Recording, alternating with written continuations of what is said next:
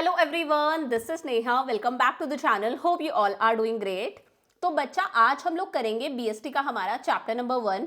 क्या नाम है चैप्टर का? Nature and significance of management. One shot lecture है। सबसे पहली बात तो ऐसा मत समझना कि कोई रिविजनरी वीडियो है, डिटेल्ड वन शॉट लेक्चर है। इस लेक्चर के अंदर हम लोग एक एक चीज कवर करेंगे काफी डिटेल में, प्लस कम से कम टाइम के अंदर। प्लस इस लेक्चर की खासियत यह है कि यहाँ पर जितने भी नोट्स मैं यहाँ पर यूज कर रही हूँ, एक एक लाइन, ये सारे नोट्स मैंने आपकी एनसीईआरटी से बनाए हैं। तो अगर ये लेक्चर आप देख लेते हो, इन नोट्स को आप तरीके से प्रिपेयर कर लेते हो, देन ट्रस्ट मी, आपको अलग से एनसीईआरटी रीड करने की रिक्वायरमेंट नहीं है। चाहे आप क्लास 12th के लिए प्रिपेयर कर रहे हो, चाहे आप सीयूईटी के लिए प्रिपेयर कर रहे हो, इन नोट्स को प्रिपेयर कर लो। अलग से एनसीईआरटी रीड करने की कोई रिक्वायरमेंट नहीं है। प्लस इस लेक्चर के अंदर हम सारे कीवर्ड्स भी कवर करने वाले हैं। आपको पता है आजकल क्वेश्चंस कैसे आते हैं? एनसीईआरटी की एज इट इज लाइन लिखी हुई आती है और क्वेश्चन पूछता है बताओ मैनेजमेंट का कौन सा कैरेक्टरिस्टिक है। एज इट इज एनसीईआरटी की लाइन आएगी, क्वेश्चन पूछेगा बताओ मैनेजमेंट के कौन से इंपॉर्टेंस की बात यहाँ पर करी गई है। तो इस लेक्चर के अंदर हम सारी एनसीईआरटी की इंपॉर्टेंट लाइंस कवर करेंगे, जहां से आपकी केस स्टडीज बन सकती हैं। सारे इंपॉर्टेंट कीवर्ड्स प्रिपेयर करेंगे। तो एक प्रॉपर गनशॉट लेक्चर है कि एक ही लेक्चर में सारी चीजें आपकी काफी डिटेल में कवर हो जाएंगी। फटाफट से श्री गणेश करते हैं। तो देखो, चैप्टर का क्या नाम है? Nature and significance of management. Chapter की शुरुआत होती है सबसे पहले कि भाई मैनेजमेंट क्या होता है। तो देखो, ऑर्गेनाइजेशन के अंदर कंपनी है, जो भी एंटरप्राइज है, उसके अंदर मैनेजर का क्या क्या काम होता है? ऑर्गेनाइजेशन को मैनेज करना। मैनेजर का काम है मैनेजमेंट देखना। तो देखो, मैनेजमेंट एक ऐसा प्रोसेस है। प्रोसेस क्यों है पहले तो वो बता देती हूँ। मैनेजमेंट के अंदर मैनेजर को बहुत सारे फंक्शंस परफॉर्म करने पड़ते हैं। आप आगे चलकर इस बुक के अंदर पढ़ोगे। जैसे हमें पता है मैनेजर जो है वो प्लानिंग करता है, फिर ऑर्गेनाइजिंग करता है, देन स्टाफिंग करता है, देन डायरेक्टिंग करता है, लास्ट में क्या करता है? कंट्रोलिंग करता है। मैनेजमेंट के 5 फंक्शंस हैं। तो पांचों फंक्शंस जो मैनेजर है उसे परफॉर्म करने पड़ते हैं, इसलिए मैनेजमेंट क्या है? एक प्रोसेस है। तो मैनेजमेंट एक ऐसा प्रोसेस है जिसके अंदर जो मैनेजर है वो अपने एम्प्लॉयज से, एम्प्लॉयज को हम सबॉर्डिनेट्स भी बोलते हैं, वो अपने एम्प्लॉयज से काम करवाता है ताकि वो ऑर्गेनाइजेशन के गोल्स को अचीव कर सके। अब ऑर्गेनाइजेशन का गोल कुछ भी हो सकता है, सेल्स मैक्सिमाइज करना हो सकता है, प्रॉफिट्स मैक्सिमाइज करना हो सकता है। ऑर्गेनाइजेशन का गोल हो सकता है कि कंपनी अपना मार्केट में शेयर इंक्रीज करना चाहती है, कोई भी गोल हो सकता है। सो मैनेजमेंट एक ऐसा प्रोसेस है जिसके अंदर मैनेजर अपने एम्प्लॉय से काम करवा रहा है ताकि वो ऑर्गेनाइजेशन के गोल्स को अचीव कर सके। और गोल्स को कैसे अचीव करना है? इफेक्टिवनेस के साथ में भी और एफिशिएंसी के साथ में भी। ये दो बहुत इंपॉर्टेंट बातें हैं। देखो, एक वर्ड होता है इफेक्टिवली, यानी कि इफेक्टिवनेस, मतलब डेडलाइन तक काम कंप्लीट हो जाए। जो आपको काम दिया गया है उस काम को कंप्लीट करना डेडलाइन तक। डूइंग द टास्क, मतलब काम कैसे हो रहा है? इफेक्टिवनेस के साथ में हो रहा है। मैंने कहा भाई 10 दिन के अंदर अंदर आपको प्रोजेक्ट वर्क कंप्लीट करके मुझे देना है। तो 10 दिन के अंदर अंदर अगर आप प्रोजेक्ट वर्क कंप्लीट कर रहे हो, मतलब काम हो रहा है इफेक्टिवनेस के साथ में। वही एफिशिएंसी का मतलब है कि काम को इस तरह से करो कि काम को करने की जो कॉस्ट है वो कॉस्ट कम से कम आए, रिसोर्सेज का प्रॉपर यूज हो, यानी कि रिसोर्सेज का कोई वेस्टेज नहीं होना चाहिए, काम को सही तरीके से करना, that is efficiency. So management is a process of getting things done with the aim of achieving goals effectively and efficiently. Management एक ऐसा प्रोसेस है जिसके अंदर मैनेजर अपने एम्प्लॉयज से काम करवा रहा है ताकि वो गोल्स को अचीव कर सके, इफेक्टिवनेस के साथ में भी और एफिशिएंसी के साथ में भी। समझ में आ गया? अब एक राइटर की डेफिनेशन ले लो। Management is a process of designing and maintaining an environment. Management एक ऐसा प्रोसेस है जिसके अंदर जो मैनेजर्स है वो एक ऐसा एनवायरमेंट डिजाइन कर रहे हैं, एक ऐसा एनवायरमेंट मेंटेन करके चल रहे हैं in which individuals working together in groups efficiently accomplish selected aims। कि वो ऐसा एनवायरनमेंट डिज़ाइन कर रहे हैं कि भाई बहुत सारे इंडिविजुअल्स हैं जो ग्रुप्स में काम कर रहे हैं, बहुत सारे एम्प्लॉयज़ हैं जो ग्रुप्स में काम कर रहे हैं, वो साथ में मिलकर ऑर्गेनाइजेशन के गोल्स को अचीव कर सके, इफेक्टिवनेस के साथ में भी और एफिशिएंसी के साथ में भी। That is management. समझ में आ गया कि भाई स्मूथली मक्खन तरीके से काम हो, डैट इज मैनेजमेंट। अब देखो, 2 वर्ड्स यहाँ पर आए थे, इफेक्टिवनेस और एफिशिएंसी। मैंने बता दिया आपको। इफेक्टिवनेस का मतलब है it is concerned with doing the right task. जो काम दिया गया है उस काम को कंप्लीट करना, सही काम को कंप्लीट करना, कंप्लीटिंग एक्टिविटीज और अपने गोल्स को अचीव करना। मतलब वही है, यहाँ पर एंड रिजल्ट्स की बात करी गई है कि डेडलाइन तक काम कंप्लीट हो जाना चाहिए। आपको जो टास्क दिया था कैसे भी करके आपको उस टास्क को कंप्लीट करना है, दैट इज इफेक्टिवनेस। वहीं एफिशिएंसी का मतलब होता है doing the task correctly, task को सही तरीके से करना। मतलब जो काम आप कर रहे हो उस काम को करने के बहुत सारे तरीके होते हैं, तो बेस्ट तरीके से उस काम को करना कि भाई काम को करने की कॉस्ट कम से कम आ रही है, रिसोर्सेज का प्रॉपर यूज हो रहा है, वेस्टेज ऑफ रिसोर्सेज नहीं हो रहा, दैट इज एफिशिएंसी। सो दोनों चीजें होनी चाहिए, इफेक्टिवनेस भी होना चाहिए कि भाई टास्क भी अचीव करना है और टास्क जो है वो एफिशिएंसी के साथ में कंप्लीट होना चाहिए। समझ में आ गई बात। अब देखो हम बात करते हैं कैरेक्टरिस्टिक्स ऑफ मैनेजमेंट। मैनेजमेंट के क्या क्या कैरेक्टरिस्टिक हैं डिटेल में डिस्कस करेंगे। एक बार ऐसे ही बता देती हूँ, मैनेजमेंट क्या है, गोल ओरिएंटेड प्रोसेस है। मैनेजमेंट क्यों होता है, ताकि ऑर्गेनाइजेशन के गोल्स को अचीव कर सके। फिर मैनेजमेंट क्या है, ऑल परवेसिव है। परवेसिव मतलब मैनेजमेंट हर जगह होता है यार, चाहे इंडियन कंपनी है, चाहे अमेरिकन कंपनी है, छोटू सी चाय की दुकान है, चाहे गूगल है, कोई मल्टीनेशनल कंपनी है, मैनेजमेंट हर जगह होता है। मैनेजमेंट मल्टी डायमेंशनल है, बहुत सारी चीज़ों को मैनेज करना पड़ता है, काम को भी मैनेज करना पड़ता है, एम्प्लॉयज़ को भी मैनेज करना पड़ता है, पूरी की पूरी जो प्रोडक्शन साइकिल है, रॉ मटेरियल लेकर आना है, रॉ मटेरियल को फिनिश्ड गुड्स में कन्वर्ट करना है, फिर जो माल बना है फिनिश्ड गुड है उसे बेचना है, हर चीज़ के अंदर मैनेजमेंट ज़रूरी है। कॉन्टीन्यूअस प्रोसेस है, बिल्कुल है। प्लानिंग हो, चाहे ऑर्गेनाइजिंग है, स्टाफिंग है, डायरेक्टिंग है, कंट्रोलिंग है, हर जगह पर मैनेजमेंट ज़रूरी है। ग्रुप एक्टिविटी है, एक अकेला बंदा पूरे ऑर्गेनाइजेशन को मैनेज कर सकता है क्या, नहीं भाई। टॉप लेवल मैनेजर्स हैं, मिडिल लेवल मैनेजर्स हैं, लोअर लेवल मैनेजर्स हैं, सब लोग मिलकर ऑर्गेनाइजेशन को मैनेज करते हैं। डायनेमिक फंक्शन है, भाई डायनेमिक कैसे है, देखो बिजनेस का जो एनवायरनमेंट है, यानी कि बिजनेस के सराउंडिंग में जितनी भी चीज़ें हैं, बिजनेस का एनवायरनमेंट कंटिन्यूअसली बदलता रहता है। कभी कोविड आ जाता है, कभी कोई दूसरा वायरस आ जाता है, कभी आप देखो गवर्नमेंट पॉलिटिकल पार्टी चेंज हो जाती है, कभी टेक्नोलॉजी में कोई चेंज हो जाता है। तो बदलते हुए एनवायरनमेंट के अकॉर्डिंग बिजनेस में भी चेंज लेकर आना ज़रूरी है। मैनेजर्स को भी अपने गोल्स वगैरह चेंज करने पड़ेंगे ना, तो डायनेमिक है। और लास्ट है इंटेंजिबल फोर्स है। मैनेजमेंट एक ऐसी चीज़ है जिसे आप टच नहीं कर सकते, आप इसे फील कर सकते हो। एक हॉस्पिटल में गए, जाते ही फटाफट से आपका नंबर आ रहा है, फटाफट से आपको ट्रीटमेंट मिल रहा है, आप बोलोगे बढ़िया मैनेजमेंट है। एक हॉस्पिटल में गए, अपॉइंटमेंट लिया था 10 बजे का, डॉक्टर 12 बजे तक नहीं आ रहा, क्या बोलोगे, क्या बकवास मैनेजमेंट है, इतना हमारा टाइम खराब हो गया। तो मैनेजमेंट एक ऐसी चीज़ है जिसे आप महसूस कर सकते हो, बट इसे आप टच नहीं कर सकते। समझ पा रहे हो। तो देखो पहला आता है management is a goal oriented process. Managers management क्यों करते हैं, ऑर्गेनाइजेशन को मैनेज क्यों करते हैं, ताकि वो ऑर्गेनाइजेशन के गोल्स को अचीव कर सके। अब ये गोल कुछ भी हो सकता है, मैंने बताया सेल्स मैक्सिमाइज करना हो सकता है, प्रॉफिट्स मैक्सिमाइज करना हो सकता है, गोल हो सकता है कि जो कंपनी है वो मार्केट में अपना शेयर इंक्रीज करना चाहती है, 10% से 20% करना चाहती है। So management unites the efforts of different individuals in the organisation towards achieving these goals.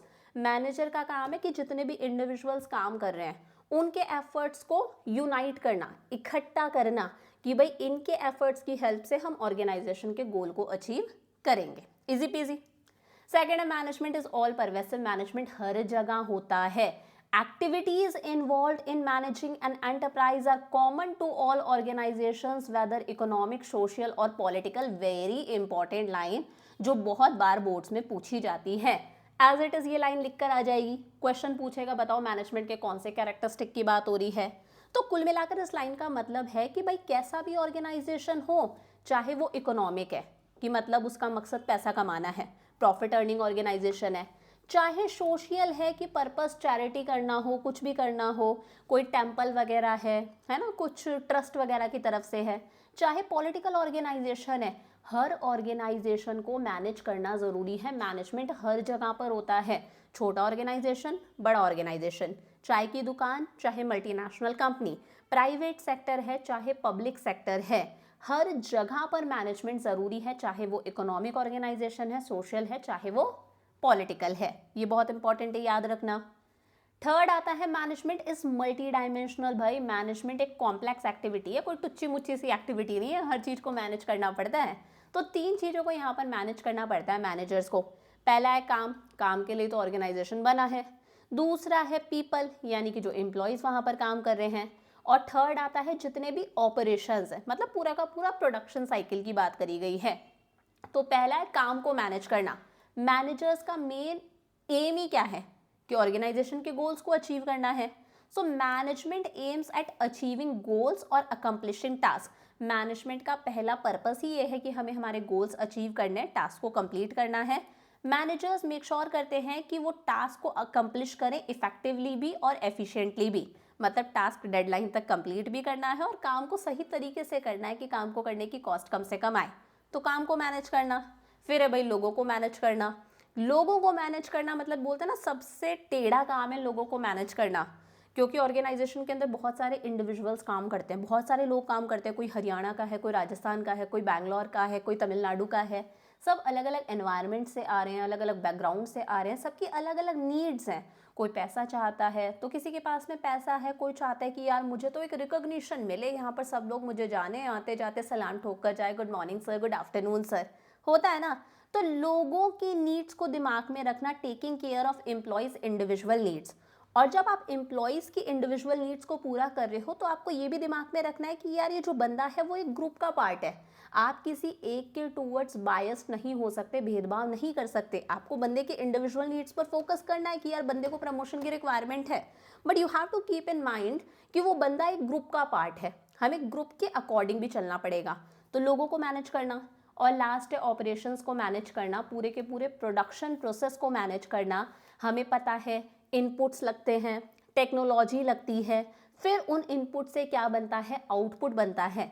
तो इस पूरे के पूरे ऑपरेशन, इस पूरे के पूरे प्रोडक्शन साइकिल को मैनेज करना, लिखा है ना, production process that includes flow of input यानी कि raw material and technology for transforming this input into the desired output for consumption. तो इसमें याद रखना, इसमें दोनों चीज़ें आ जाती है, इसमें मैनेजमेंट ऑफ वर्क भी आ जाता है और इसमें मैनेजमेंट ऑफ पीपल भी आ जाता है, क्योंकि काम, लोग, इनसे ही तो ऑपरेशंस बन रहे हैं, इसी से तो पूरी की पूरी प्रोडक्शन साइकिल बन रही है। सो ये हो गया मैनेजमेंट इज मल्टी डायमेंशनल, समझ में आया। फोर्थ है management is a continuous process. आपको पता है मैनेजमेंट क्या है, कॉन्टिन्यूअस प्रोसेस है, क्योंकि यहाँ पर सीरीज ऑफ स्टेप्स परफॉर्म करने हैं। कंपोजिट मतलब आपस में ये स्टेप्स अलग अलग हैं, फंक्शंस अलग अलग हैं, लेकिन सीरीज ऑफ फंक्शंस है। जैसे पहले मैनेजर्स क्या करते हैं, प्लानिंग करते हैं, फिर प्लान करके वो सारी चीज़ें ऑर्गेनाइज करते हैं, सारे रिसोर्सेज वगैरह अरेंज करते हैं, फिर स्टाफ हायर करा जाता है, फिर स्टाफ को डायरेक्शन देना, स्टाफ को इंस्ट्रक्शंस देना, बताना काम कैसे करना है, स्टाफ को मॉनिटर वगैरह करना, फिर चीज़ों को कंट्रोल करना, देखना कि काम जैसे सोचा था काम वैसे ही हो रहा है ना, और उसके बाद में दोबारा से क्या होती है, प्लानिंग स्टार्ट हो जाती है। अगर कोई कमी रह गई थी तो भाई प्लान्स को सही करा जाएगा, या फिर किसी दूसरी चीज़ की प्लानिंग स्टार्ट हो जाती है। तो मैनेजमेंट क्या है, कॉन्टिन्यूअस प्रोसेस है, एक नेवर एंडिंग प्रोसेस है, याद रखना हमेशा, एक नेवर एंडिंग प्रोसेस है, कभी ना खत्म होने वाला प्रोसेस है। जब तक ऑर्गेनाइजेशन चलेगा तब तक ऑर्गेनाइजेशन को मैनेज करना है। समझ में आ गई बात। फिर है management is a group activity. Management क्या है, एक ग्रुप एक्टिविटी है। एक अकेला बंदा पूरी ऑर्गेनाइजेशन को मैनेज नहीं कर सकता है। ऑर्गेनाइजेशन के अंदर बहुत सारे इंडिविजुअल्स है, वर्कर्स हैं, लोअर लेवल मैनेजर्स है, मिडिल लेवल मैनेजर्स है, टॉप लेवल मैनेजर्स है। ये सारे मैनेजर्स मिलकर पूरे ऑर्गेनाइजेशन को मैनेज करते हैं और मेक श्योर करते हैं कि सब मिलकर ऑर्गेनाइजेशन का जो कॉमन गोल है ना, उस गोल को अचीव कर सके। सो वही लिखा है, organisation is a collection of diverse individuals, बहुत सारे इंडिविजुअल्स होते हैं। As members of the organization, they work towards fulfilling the common organizational goals, और ये मिलकर मेक श्योर करते हैं कि ऑर्गेनाइजेशन के गोल्स को अचीव कर सके। समझ में आ गया। फिर management is a dynamic function. आपको पता है बिजनेस का जो एनवायरनमेंट है वो कितना डायनेमिक है। डायनेमिक का मतलब है कितना बदलता हुआ एनवायरनमेंट है बिजनेस का। कभी कोई पॉलिटिकल पार्टी चेंज हो गई, कभी मैंने बताया जैसे जीएसटी आ गया था, कभी कोविड जैसे सिचुएशन आ जाती है, कभी कोई और वायरस आ जाता है, तो बिजनेस का एनवायरनमेंट बदलता रहता है। कई बार बहुत ज़्यादा मतलब बारिश होती रहती है, सब कुछ ऑनलाइन हो जाता है। तो मैनेजमेंट भी एक डायनेमिक फंक्शन है। अगर ऑर्गेनाइजेशन को सक्सेसफुली चलना है फ्यूचर के अंदर, तो उसे बदलते हुए एनवायरनमेंट के अकॉर्डिंग अपने बिजनेस के अंदर चेंज लेकर आना पड़ेगा, अपने गोल्स को मॉडिफाई करना पड़ेगा ना। अगर एनवायरनमेंट पे कोई चेंज आ रहा है तो आपको भी अपने गोल्स को चेंज करना पड़ेगा। कोविड आया था तो सारी चीज़ें ऑफलाइन से ऑनलाइन पर शिफ्ट हुई थी ना, वही बात है। In order to be successful organisation must change itself, और अपने गोल्स को भी चेंज करें बदलते हुए एनवायरनमेंट के अकॉर्डिंग। और लास्ट है management is N intangible force. Management क्या है, एक इंटेंजिबल फोर्स है, यानी कि मैनेजमेंट एक ऐसी चीज़ है जिसे आप टच नहीं कर सकते, इसे आप सिर्फ महसूस कर सकते हो। अगर सारा काम मक्खन तरीके से, स्मूथ तरीके से हो रहा है तो आप बोलोगे मैनेजमेंट बढ़िया है। अगर काम सही तरीके से नहीं हो रहा तो आप बोलोगे मैनेजमेंट घटिया है। तो मतलब समझ लो, अगर टारगेट्स टाइम पर अचीव करे जा रहे हैं प्लान्स के अकॉर्डिंग, आपके एम्प्लॉयज़ हैप्पी हैं और सेटिस्फाइड हैं, हर काम ऑर्डर से हो रहा है, कोई केओस नहीं है, कोई लड़ाइयाँ नहीं हैं, तो आप क्या बोलोगे, भैया मैनेजमेंट बढ़िया है। तो ये एक इम्पॉर्टेंट लाइन है, यहाँ से भी क्वेश्चन बनता है। The effect of management, management का जो इफेक्ट है वो देखा जा सकता है। If targets are met according to plans, employees are happy and satisfied, there is orderliness, सारा काम ऑर्डर से हो रहा है, कोई केओस नहीं है, कोई लड़ाइयाँ नहीं है, मतलब मैनेजमेंट अच्छा है। समझ में आ गया? ये हो गए कैरेक्टरिस्टिक्स ऑफ मैनेजमेंट। आगे बढ़ते हैं तो हमारे पास में आता है ऑब्जेक्टिव्स ऑफ मैनेजमेंट, यानी कि मैनेजमेंट के क्या क्या एम्स हो सकते हैं, मैनेजमेंट का क्या गोल हो सकता है। तो देखो, ऑब्जेक्टिव्स को हम 3 कैटेगरीज में डिवाइड करते हैं। ऑर्गेनाइजेशनल ऑब्जेक्टिव, सेकंड आता है सोशल ऑब्जेक्टिव, और थर्ड आता है personal objectives. One by one पढ़ते हैं, पहले नाम याद कर लो। ऑब्जेक्टिव्स को 3 कैटेगरीज में डिवाइड करा, organizational objectives, social objectives and personal objectives. याद हो गया? सबसे पहले ऑर्गेनाइजेशनल ऑब्जेक्टिव्स की बात करते हैं कि ऑर्गेनाइजेशन का क्या ऑब्जेक्टिव है। देखो, ऑर्गेनाइजेशन का ऑब्जेक्टिव क्या होता है? पैसा कमाना। ऑर्गेनाइजेशन का जो ऑब्जेक्टिव है वो पूरी तरह से इकोनॉमिक है, यानी कि पूरी तरह से पैसे पर डिपेंडेंट है। अगर पैसा अर्न करेंगे तो ऑर्गेनाइजेशन चलेगा, अगर पैसा अर्न नहीं कर पाएंगे तो ऑर्गेनाइजेशन नहीं चलेगा। अगर मैं भी आपको पढ़ा रही हूँ, अगर मेरे पास में कुछ रेवेन्यू आएगा तो I will be motivated and I will put more videos, लेकिन अगर मुझे मोटिवेशन नहीं मिलेगी तो कहीं ना कहीं मैं भी ये काम कंटिन्यू नहीं कर सकती। तो पैसा सबसे बड़ी मोटिवेशन होता है, समझ पा रहे हो? सो ऑर्गेनाइजेशन का जो मेन ऑब्जेक्टिव है वो है कि वो अपने ह्यूमन रिसोर्सेज यानी कि एम्प्लॉयज़ प्लस मटेरियल रिसोर्सेज यानी कि मशीन्स वगैरह, पैसा वगैरह, सारी चीज़ें, इनको इस तरह से यूज़ ले कि वो अपने इकोनॉमिक ऑब्जेक्टिव्स को अचीव कर सके, यानी कि वो पैसा कमा सके कुल मिलाकर। तो इसमें 3 चीज़ें आ जाती हैं ऑर्गेनाइजेशनल ऑब्जेक्टिव्स में, याद रखना कि ऑर्गेनाइजेशन सर्वाइव कर पाए, फिर प्रॉफिट्स अर्न कर पाए, फिर वो ग्रो कर पाए। याद रखना, ऑब्जेक्टिव्स को 3 कैटेगरीज में डिवाइड करा, organizational objectives, social objectives, personal objectives. Organizational objectives पूरी तरह से इकोनॉमिक ऑब्जेक्टिव्स है, पैसे से रिलेटेड है। इसमें भी 3 ऑब्जेक्टिव्स आते हैं, सर्वाइवल, प्रॉफिट एंड ग्रोथ। पहला मकसद होता है एक ऑर्गेनाइजेशन का कि वो सर्वाइव कर पाए। भाई, आपने अगर एक दुकान खोली है तो आप सबसे पहले पैसा कमा, प्रॉफिट्स अर्न करने के बारे में थोड़ी ना सोचोगे। आप सोचोगे कि यार एटलीस्ट आप इस कॉम्पिटिटिव एनवायरनमेंट में सर्वाइव कर जाओ। 5 लोग समोसा बेच रहे हो और आपने भी समोसा बेचने की दुकान खोली है, तो आप सबसे पहले ये चाहोगे इन 5 के साथ में मैं कॉम्पीट तो कर पाऊँ, इन 5 के सामने कम से कम मैं सर्वाइव तो कर जाऊँ। सो बेसिक ऑब्जेक्टिव किसी भी बिजनेस का होता है कि वो सर्वाइव कर जाए, वो इतना सा रेवेन्यू अर्न कर ले कि बस वो अपनी कॉस्ट कवर कर ले। अगर आपने 100 रुपये लगाए हैं तो कम से कम आप 100 रुपये अर्न कर लो कि आप अपनी कॉस्ट कवर कर लो। हम प्रॉफिट्स नहीं चाह रहे, तब तो आप सर्वाइव कर पाओगे। चलो भाई, आप सर्वाइव करने लग गए, now you will think about making profits. अब आप प्रॉफिट्स बनाने के बारे में सोचोगे। 100 रुपये लगाए थे, 100 रुपये कमा लिए भाई, ये तो सर्वाइव कर गए। अब आप सोचोगे मैं 120 अर्न करूँ, मैं 150 अर्न करूँ, तो प्रॉफिट्स भी कमाने हैं। सर्वाइवल इनफ नहीं है यार, सर्वाइव कब तक करोगे? मतलब चैरिटी थोड़ी ना करने बैठे हैं कि जो कॉस्ट इनकर करी बस वो कॉस्ट कवर कर ली, हो गया। हमें प्रॉफिट्स अर्न करने हैं, तभी ऑर्गेनाइजेशन फ्यूचर में सक्सेसफुली अपने बिजनेस को अच्छे से रन कर सकता है। ठीक है भाई, अब हम प्रॉफिट्स अर्न करने लग गए। Now you will start thinking about growth. अब आप ग्रोथ के बारे में सोचोगे। ग्रोथ मतलब आप अपनी एक्टिविटीज़ को एक्सपैंड करने के बारे में सोचोगे। मतलब अगर आपकी सेल्स इंक्रीज हो रही है, अगर आपकी नंबर ऑफ ब्रांचेस इंक्रीज हो रही हैं, अभी आपका बिजनेस जयपुर था, अब अजमेर में भी एक ब्रांच है, अब एमपी में भी एक ब्रांच है, दिल्ली में भी एक ब्रांच है, फिर आपने दुबई में भी अपना बिजनेस खोल लिया, तो आपकी ब्रांचेस एक्सपैंड हो रही हैं, सेल्स इंक्रीज हो रही हैं, इन्वेस्टमेंट इंक्रीज हो रही है, नंबर ऑफ एम्प्लॉयज़ इंक्रीज हो रहे हैं, नंबर ऑफ प्रोडक्ट्स इंक्रीज हो रहे हैं। मतलब आप क्या कर रहे हो? ग्रोथ कर रहे हो। तो वही है sales volume, increase in number of employees, increase in the number of products, आपकी इन्वेस्टमेंट बढ़ रही है, मतलब बिजनेस क्या कर रहा है? ग्रो कर रहा है। चमका। सेकंड कौन सा था हमारा? Social objective.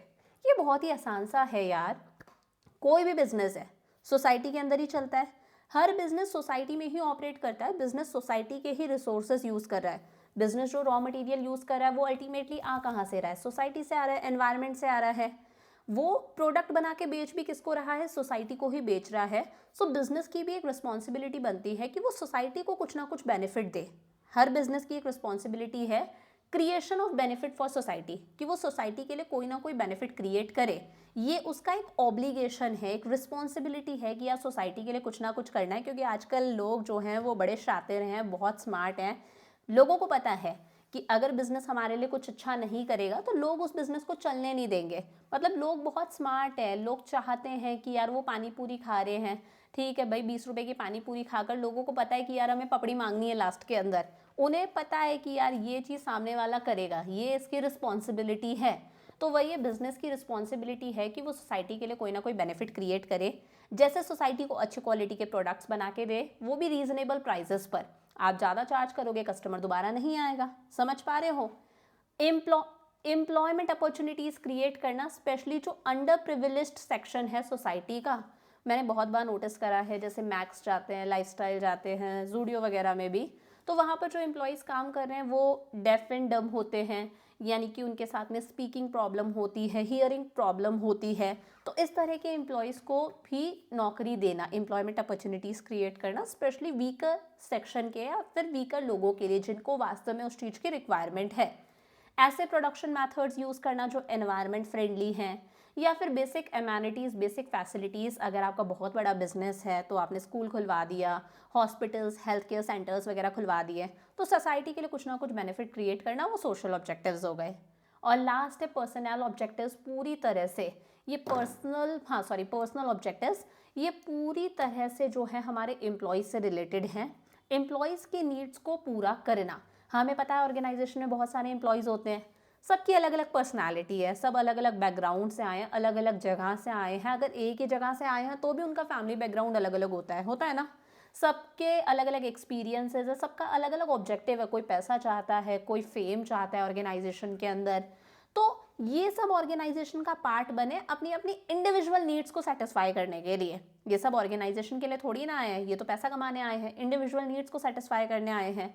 मैनेजर्स का काम है कि वो अपने पर्सनल ऑब्जेक्टिव्स, एम्प्लॉयज़ के पर्सनल गोल्स को अचीव करने में हेल्प करे। बंदे को प्रमोशन भी मिले, अगर वो अच्छा काम कर रहा है उसे इतनी सैलरी मिले कि वो एक रीजनेबल स्टैंडर्ड ऑफ लिविंग, एक अच्छा जीवन जी सके। और उसे ये जो एम्प्लॉयज़ के पर्सनल ऑब्जेक्टिव्स हैं इन्हें रिकंसाइल करना पड़ता है ऑर्गेनाइजेशनल ऑब्जेक्टिव्स के साथ में। रिकंसाइल मतलब मैच करना पड़ता है कि भाई एम्प्लॉयज़ की इंडिविजुअल नीड्स भी पूरी हों और साथ साथ में जो ऑर्गेनाइजेशन का ऑब्जेक्टिव है हमें उसे भी अचीव करना है। तो दोनों चीज़ों के बीच में एक हार्मनी होनी चाहिए, दोनों चीज़ों को मैच करा के चलने का काम किसका है? मैनेजर्स का। समझ में आ गया? फिर आता है भाई इंपॉर्टेंस ऑफ मैनेजमेंट। ये भी भाई इंपॉर्टेंट है। मैनेजमेंट की क्या इंपॉर्टेंस है, क्या सिग्निफिकेंस है, मैनेजमेंट क्यों ज़रूरी है? सो पहला है management helps in achieving group goals. देखो मैनेजर जो है वो ऑर्गेनाइजेशन को मैनेज कर रहे हैं, खुद के लिए कर रहे हैं क्या? नहीं यार, उनको तो सैलरी मिल जाएगी। वो ऑर्गेनाइजेशन को मैनेज कर रहे हैं ताकि वो ऑर्गेनाइजेशन के ग्रुप गोल्स को अचीव कर सके, ताकि वो जो भी ऑर्गेनाइजेशन का मकसद है उस ग्रुप गोल को अचीव कर सके। सो मैनेजर का क्या टास्क है कि वो सारे इंडिविजुअल्स के एफर्ट्स को एक डायरेक्शन में लेकर जाते हैं ताकि वो ओवरऑल ऑर्गेनाइजेशन के गोल्स को अचीव कर सके। समझ में आ गया? मैनेजर का टास्क है कि वो सारे इंडिविजुअल्स के एफर्ट्स को एक डायरेक्शन में लेकर जाते हैं ताकि वो ऑर्गेनाइजेशन के गोल्स को अचीव कर सके। सेकेंड है मैनेजमेंट इंक्रीजेज एफिशिएंसी। मैनेजर्स काम कर रहे हैं, क्यों काम कर रहे हैं? ताकि काम एफिशिएंसी के साथ में हो सके, है ना। Management increases efficiency. The aim of manager is to reduce cost and increase productivity. Managers का मेन मकसद ही का क्या है कि काम इस तरह से हो कि काम को करने की कॉस्ट कम से कम आए, रिसोर्सेज का वेस्टेज कम से कम होना चाहिए, प्रोडक्टिविटी बढ़नी चाहिए, ज़्यादा से ज़्यादा प्रोडक्शन होना चाहिए। तो वो proper planning, organizing, staffing, directing, controlling करते हैं ताकि काम को करने की कॉस्ट कम से कम आए, रिसोर्सेज का वेस्टेज कम से कम हो, डुप्लीकेशन ऑफ वर्क नहीं होना चाहिए कि एक काम दो बंदों ने कर दिया तो यहाँ पर तो एफर्ट्स वेस्ट हो रहे हैं ना। सो मैनेजमेंट की वजह से एफिशिएंसी इंक्रीज होती है। थर्ड है management creates a dynamic organization. हमें पता है एनवायरनमेंट जो है बिजनेस का वो बदलता रहता है। अब ऐसे में जब मैनेजर्स कोई चेंज लेकर आता है ना बिजनेस के अंदर, तो एम्प्लॉयज़ हमेशा रेजिस्ट करते हैं। मुझे याद है मैं स्कूल में पढ़ाती थी, तो वहाँ पर जब कोविड आया था तो मैनेजर्स, जो मैनेजमेंट है, जो भी प्रिंसिपल्स वगैरह हैं, उन लोगों ने बोला था कि अब से टीचर्स को भी ऑनलाइन पढ़ाना है, ऑफलाइन नहीं चल पाएगा। तो ऐसे में बहुत सारे टीचर्स रेजिस्ट कर रहे थे कि हम ऑनलाइन नहीं पढ़ा सकते, हमारे पास में लैपटॉप नहीं है, हम कंफर्टेबल नहीं हैं, इंटरनेट इशू हो सकता है, बहुत सारे वो रेजिस्ट कर रहे थे। तो ऐसे में मैनेजर्स का काम है अपने एम्प्लॉयज़ को गाइड करना कि भाई ये जो हम चेंजेस लेकर आ रहे हैं ये सिर्फ ऑर्गेनाइजेशन के लिए ही ज़रूरी नहीं है, ऑर्गेनाइजेशन के लिए तो है ज़रूरी, ये आपकी पर्सनल ग्रोथ के लिए भी ज़रूरी है, आपको भी कुछ सीखने मिलेगा, आप भी अपग्रेड होगे। तो वही मैनेजर्स का काम है कि अगर एनवायरनमेंट में कोई चेंज आ रहा है तो अपने ऑर्गेनाइजेशन में चेंज लेकर आना, अगर एम्प्लॉयज़ रेजिस्ट कर रहे हैं तो उन्हें समझाना, उन्हें मोटिवेट करना कि अगर हम ये चेंज लेकर आएंगे तो वो ऑर्गेनाइजेशन के लिए भी अच्छा है और वो आपकी पर्सनल ग्रोथ के लिए भी अच्छा है। So all organizations have to function in an environment which is constantly changing. Management helps adapt to these changes so that the organization is able to maintain its competitive edge, वो survive कर सके, competition bear कर सके। Fourth है management helps in achieving personal objectives. हमें पता है managers जो है वो अपने एम्प्लॉयज़ को मोटिवेट करते हैं, उन्हें अच्छे से लीड करते हैं कि अगर आप अच्छे से काम करोगे, अगर आप गोल्स को अचीव करोगे, आप लोगों के बीच में टीम स्पिरिट होगी, मिल बांट के कोऑपरेशन के साथ में काम करोगे, कमिटमेंट के साथ में, तो आपके लिए अच्छा है, हम आपकी सैलरी इंक्रीज़ करेंगे, हम आपको प्रमोशन देंगे। एक उन्हें पीयर रिकॉग्निशन, एक पहचान भी मिलती है कि एम्प्लॉय कुछ अचीव कर रहा है, टारगेट्स टाइम पर अचीव कर रहा है, तो डेमो बोर्ड पर उसकी फ़ोटो लगा देंगे, सबके सामने उसका नाम लेंगे, ताली वगैरह भिजवा देंगे। तो एम्प्लॉयज़ के पर्सनल ऑब्जेक्टिव्स भी अचीव होते हैं इसके थ्रू। मैनेजर्स मोटिवेट करते हैं, लीड करते हैं एम्प्लॉयज़ को कि टीम स्पिरिट हो, आपके बीच में कोऑपरेशन हो, कमिटमेंट से काम करो, तो अपने आप आपको प्रमोशन भी मिलेगा, सारी चीज़ें होंगी। Management helps in the development of society. Management से सोसाइटी का भी डेवलपमेंट होता है। देखो अगर बिजनेस अच्छा चल रहा है, अच्छा मैनेजमेंट है, तो बिजनेस अच्छे क्वालिटी के गुड्स और सर्विसेज बना के देगा सोसाइटी को, सोसाइटी का डेवलपमेंट हो रहा है। बिजनेस जो है वो एम्प्लॉयमेंट अपॉर्चुनिटीज़ जनरेट करता है, अपने आप सोसाइटी का डेवलपमेंट होगा, लोगों को एम्प्लॉयमेंट मिलेगा। बिजनेस नई टेक्नोलॉजी डेवलप करेगा, ये सारी चीज़ें जो है वो सोसाइटी के लिए अच्छी है, हमारे देश के लिए भी अच्छी है, और इसकी वजह से हमारी सोसाइटी का डेवलपमेंट भी होता है। समझ में आ गया? ये हो गई इंपॉर्टेंस ऑफ मैनेजमेंट। अब हम बात करते हैं नेचर ऑफ मैनेजमेंट। देखो नेचर ऑफ मैनेजमेंट के अंदर तीन चीज़ें हैं, management as an art, management as a science, management as a profession. एक बार शुरुआत में बता देती हूँ मैं। देखो आर्ट के तीन कैरेक्टरिस्टिक्स है, आर्ट के तीन फीचर्स हैं, और तीनों ही फीचर्स मैनेजमेंट में देखे जाते हैं, तो हम बोलते हैं management is a pure art. ठीक है, आर्ट की तीन बातें हैं और तीनों बातें मैनेजमेंट में देखी जाती हैं, तो हम बोलते हैं management is a pure art. Science के साथ में ऐसा है, साइंस की कुछ बातें मैनेजमेंट में देखी जाती हैं, कुछ बातें मैनेजमेंट में देखी नहीं जाती, तो मैनेजमेंट प्योर साइंस नहीं है। मैनेजमेंट आप बोल सकते हो या तो सोशल साइंस है या फिर इन एग्जैक्ट साइंस है, अभी मैं पढ़ाऊंगी सोशल साइंस है या फिर इन एग्जैक्ट साइंस है। प्रोफेशन के अंदर आप पांच बातें देखोगे, पांच में से सिर्फ एक ही बात मैनेजमेंट में पाई जाती है, बाकी चार बातें मैनेजमेंट में पांच पाई नहीं जाती। तो आज की डेट में मैनेजमेंट एक प्रोफेशन नहीं है, लेकिन हो सकता है फ्यूचर में बन जाए, क्योंकि ऐसा लग रहा है कि फ्यूचर में बन सकता है। तो देखो सबसे पहले मैनेजमेंट एज एन आर्ट। अब आर्ट आप सबको पता है, पेंटिंग करना, ड्राइंग करना, स्केचिंग करना, या फिर डांस करना, पब्लिक स्पीकिंग है, या फिर सिंगिंग वगैरह है, ये चीज़ें क्या है, ये आर्ट है, आर्ट ही होता है। तो आर्ट के अंदर इंसान क्या करता है, थ्योरेटिकल नॉलेज लेता है, वो नॉलेज लेता है कि ड्राइंग कैसे करनी है। बचपन में टीचर सिखाते थे ना, ऐसे ऐसे ऐसे करके चलना है, टीचर बोलते भी थे ऐसे अलग अलग डायरेक्शन में कलर नहीं करना, एक ही डायरेक्शन में कलर करना है। तो हम पहले थ्योरेटिकल नॉलेज लेते हैं, वो थ्योरेटिकल नॉलेज ही तो थी कि भाई ऐसे कलर करना है, लेकिन उस थ्योरेटिकल नॉलेज को लेकर वहाँ पर हम अपनी, फिर उसको जब हम अप्लाई कर रहे हैं तो हम अपनी स्किल्स दिखाते हैं, हम अपनी क्रिएटिविटी दिखाते हैं, वहाँ पर अपना पर्सनल एप्लीकेशन होता है ना, कि भाई सीख लिया, सेम थ्योरेटिकल नॉलेज ले ली, जब लेकिन जब आप अपनी उस आर्ट को प्रेजेंट कर रहे हो तो वहाँ पर आप अपनी स्किल्स लगाओगे, आपकी प्रैक्टिस बहुत मैटर करती है, आपकी क्रिएटिविटी बहुत मैटर करती है, पर्सनल एप्लीकेशन होता है पूरी तरह से। So art is the skillful, आप अपनी स्किल्स दिखाते हो। पर्सनल एप्लीकेशन है एग्जिस्टिंग नॉलेज का, it can be acquired through study, observation and experience. बहुत बार तो ऑब्जर्व कर करके भी हम सीखते हैं। जैसे म्यूजिक की अगर हम बात करें तो 5 सिंगर्स है, 5 सिंगर्स ने सेम थ्योरेटिकल नॉलेज ली है, उन्होंने म्यूजिक के सेम नोट्स सीखे हैं, सारे गामा पा सारे चीज़ें, लेकिन उन सबका म्यूजिक अलग अलग होता है। कोई कुछ अलग तरह से गाता है, सॉफ्ट गाता है, कोई एकदम रैप गाता है, कोई कुछ अलग गाता है। तो वही है, यहाँ पर पर्सनल एप्लीकेशन होता है। अब देखो मैनेजमेंट की बात करते हैं। आर्ट का पहला कैरेक्टरिस्टिक क्या है, पहला फीचर क्या है, आर्ट की बात कर रहे हैं ना हम। आर्ट के लिए बहुत सारा थ्योरेटिकल नॉलेज एग्जिस्ट करता है, एग्जिस्टेंस ऑफ थ्योरेटिकल नॉलेज। इसे हम सिस्टमैटिक बॉडी ऑफ नॉलेज भी बोल सकते हैं। इसका सिंपल सा मतलब है, अगर आपको आर्ट की नॉलेज लेनी है तो उसके लिए हमारे पास में बहुत सारा स्टडी मटेरियल अवेलेबल है, बहुत सारी बुक्स अवेलेबल हैं, बहुत सारा लिटरेचर अवेलेबल है। फॉर एग्जांपल डांस की बात करते हैं, अगर आपको डांस की नॉलेज लेनी है तो डांस के लिए बहुत सारी बुक्स अवेलेबल हैं, लोग डांस के अंदर पीएचडी भी करते हैं। तो बहुत सारा स्टडी मटेरियल, बहुत सारी बुक्स अवेलेबल है, एक सिस्टमैटिक बॉडी ऑफ नॉलेज है कि डांस की नॉलेज लेनी है, so there is a lot of study material, lot of literature available. Similarly अगर आपको मैनेजमेंट की नॉलेज लेनी है तो उसके लिए भी हमारे पास में बहुत सारी बुक्स अवेलेबल है। अभी 12th में पढ़ रहे हो, बाद में बीबीए करोगे, एमबीए करोगे, हर बार पढ़ोगे, तो उसके लिए भी हमारे पास में बहुत सारी बुक्स अवेलेबल है, बहुत सारा स्टडी मटेरियल अवेलेबल है। तो आर्ट का ये फीचर मैनेजमेंट में प्रेजेंट है। समझ में आ गया? वही लिखा है, art presupposes the existence of certain theoretical knowledge applicable to a particular form of art. Experts ने अपने अपने एरियाज़ के अंदर, जो डांस के अंदर एक्सपर्ट है, जो म्यूज़िक में एक्सपर्ट है, जो पोएट्री में एक्सपर्ट है, उन्होंने अपने प्रिंसिपल्स दी हैं, बहुत सारा लिटरेचर लिखा है।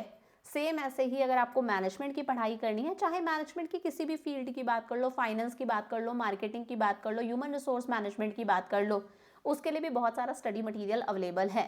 So this feature of art is present in management. समझ में आ गया? एग्जिस्टेंस ऑफ थ्योरेटिकल नॉलेज, इसे आप सिस्टमैटिक बॉडी ऑफ नॉलेज भी बोल सकते हो।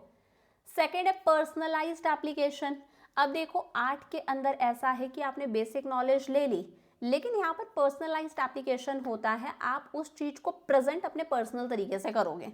सब जितने भी पब्लिक स्पीकर्स हैं, बहुत सारे पब्लिक स्पीकर्स होते हैं, सेम सब लोगों ने सेम नॉलेज ले रखी है, लेकिन जब वो लोग बोलते हैं, मोटिवेट वगैरह करते हैं, तो सबका मोटिवेट करने का तरीका अलग अलग है, सबका बात करने का तरीका अलग अलग है। तो यहाँ पर पर्सनलाइज्ड एप्लीकेशन होता है। ऐसा ही मैनेजमेंट के साथ में भी है। मैनेजर्स ने सेम चीज़ें पढ़ी है। देखो दो मैनेजर्स हैं, दोनों ने मान लो सेम क्लास 12th की बुक्स पढ़ी हैं, same BBA, same MBA, same institute से वो एमबीए करके निकले हैं मान लो, लेकिन उनका भी अपने अपने ऑर्गेनाइजेशंस को मैनेज करने का तरीका अलग अलग है। वो अपनी क्रिएटिविटी दिखाते हैं मैनेज करते टाइम पर, वो अपनी इमेजिनेशन दिखाते हैं, अपना कुछ इनिशिएटिव कुछ ना कुछ अलग करते हैं। तो ये फीचर भी आर्ट का मैनेजमेंट में प्रेजेंट है कि आर्ट में भी पर्सनलाइज्ड एप्लीकेशन है, आप अपनी स्किल्स दिखा रहे हो, मैनेजमेंट में भी पर्सनलाइज्ड एप्लीकेशन है। मैनेजर जो है वो अपनी नॉलेज को लगाता है किसी भी प्रॉब्लम के लिए अलग अलग यूनिक तरीके से।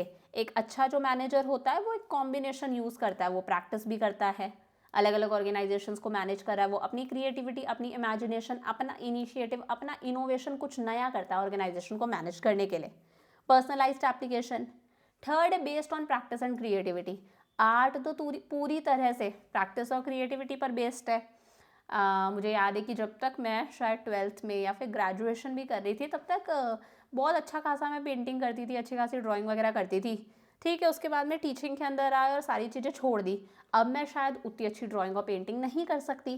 तो यहाँ पर प्रैक्टिस और क्रिएटिविटी की रिक्वायरमेंट है। अगर आप प्रैक्टिस करोगे तो आप अच्छा कर सकते हो, आपने प्रैक्टिस छोड़ दी तो आप चीज़ें भूलने लग जाते हो। तो आर्ट के अंदर क्या है, थियोरिटिकल नॉलेज के साथ में प्रैक्टिस करना इज़ वेरी इंपॉर्टेंट, अदरवाइज आप अपना परफेक्शन खो बैठोगे। प्रैक्टिस बहुत इंपॉर्टेंट है। आप देख लो ना, क्रिकेटर्स हैं, डांसर्स हैं, म्यूजिशियंस हैं, पब्लिक स्पीकर्स हैं, कंटिन्यूअसली प्रैक्टिस करते हैं। मैनेजमेंट के साथ में भी ऐसा ही है, सिर्फ नॉलेज से काम नहीं चलता। पर्सनलाइज्ड और स्किलफुल मैनर में आपको कहीं ना कहीं प्रैक्टिस और क्रिएटिविटी करनी पड़ेगी। तो ये फीचर भी आर्ट का मैनेजमेंट में प्रेजेंट है। लिखा है ना, manager applies his knowledge in a personalised और स्किलफुल मैनर। पर्सनलाइज्ड एप्लीकेशन होता है, अपनी स्किल्स भी वो दिखाता है रियल लाइफ सिचुएशंस में, सारी चीज़ें प्रैक्टिस और क्रिएटिविटी पर बेस्ड है। तो ये फीचर भी आर्ट का मैनेजमेंट में प्रेजेंट है। तभी हम बोलते हैं management is an art of getting things done by others, और management is a pure art. याद हो गया? फिर आता है मैनेजमेंट एज अ साइंस। अब साइंस आपको पता है, साइंस एक ऐसी चीज़ है जो पूरी तरह से लॉजिक्स पर बेस्ड है। साइंस एक ऐसी चीज़ है जो पूरी तरह से एक्सपेरिमेंट्स, ऑब्जर्वेशंस पर बेस्ड है। पहले चीज़ों को ऑब्जर्व करा जाता है कंटिन्यूअसली। अच्छा, एप्पल नीचे ही आके गिर रहा है पेड़ से, ऊपर तो नहीं जा रहा, कंटिन्यूअसली ऑब्जर्व करा गया। फिर देखा जाता है यार इसके पीछे रीज़न क्या हो सकता है। कंटिन्यूअसली एक्सपेरिमेंट्स करे जाते हैं कि इसको इससे अगर रिएक्ट कराएंगे तो ये रिएक्शन होगा।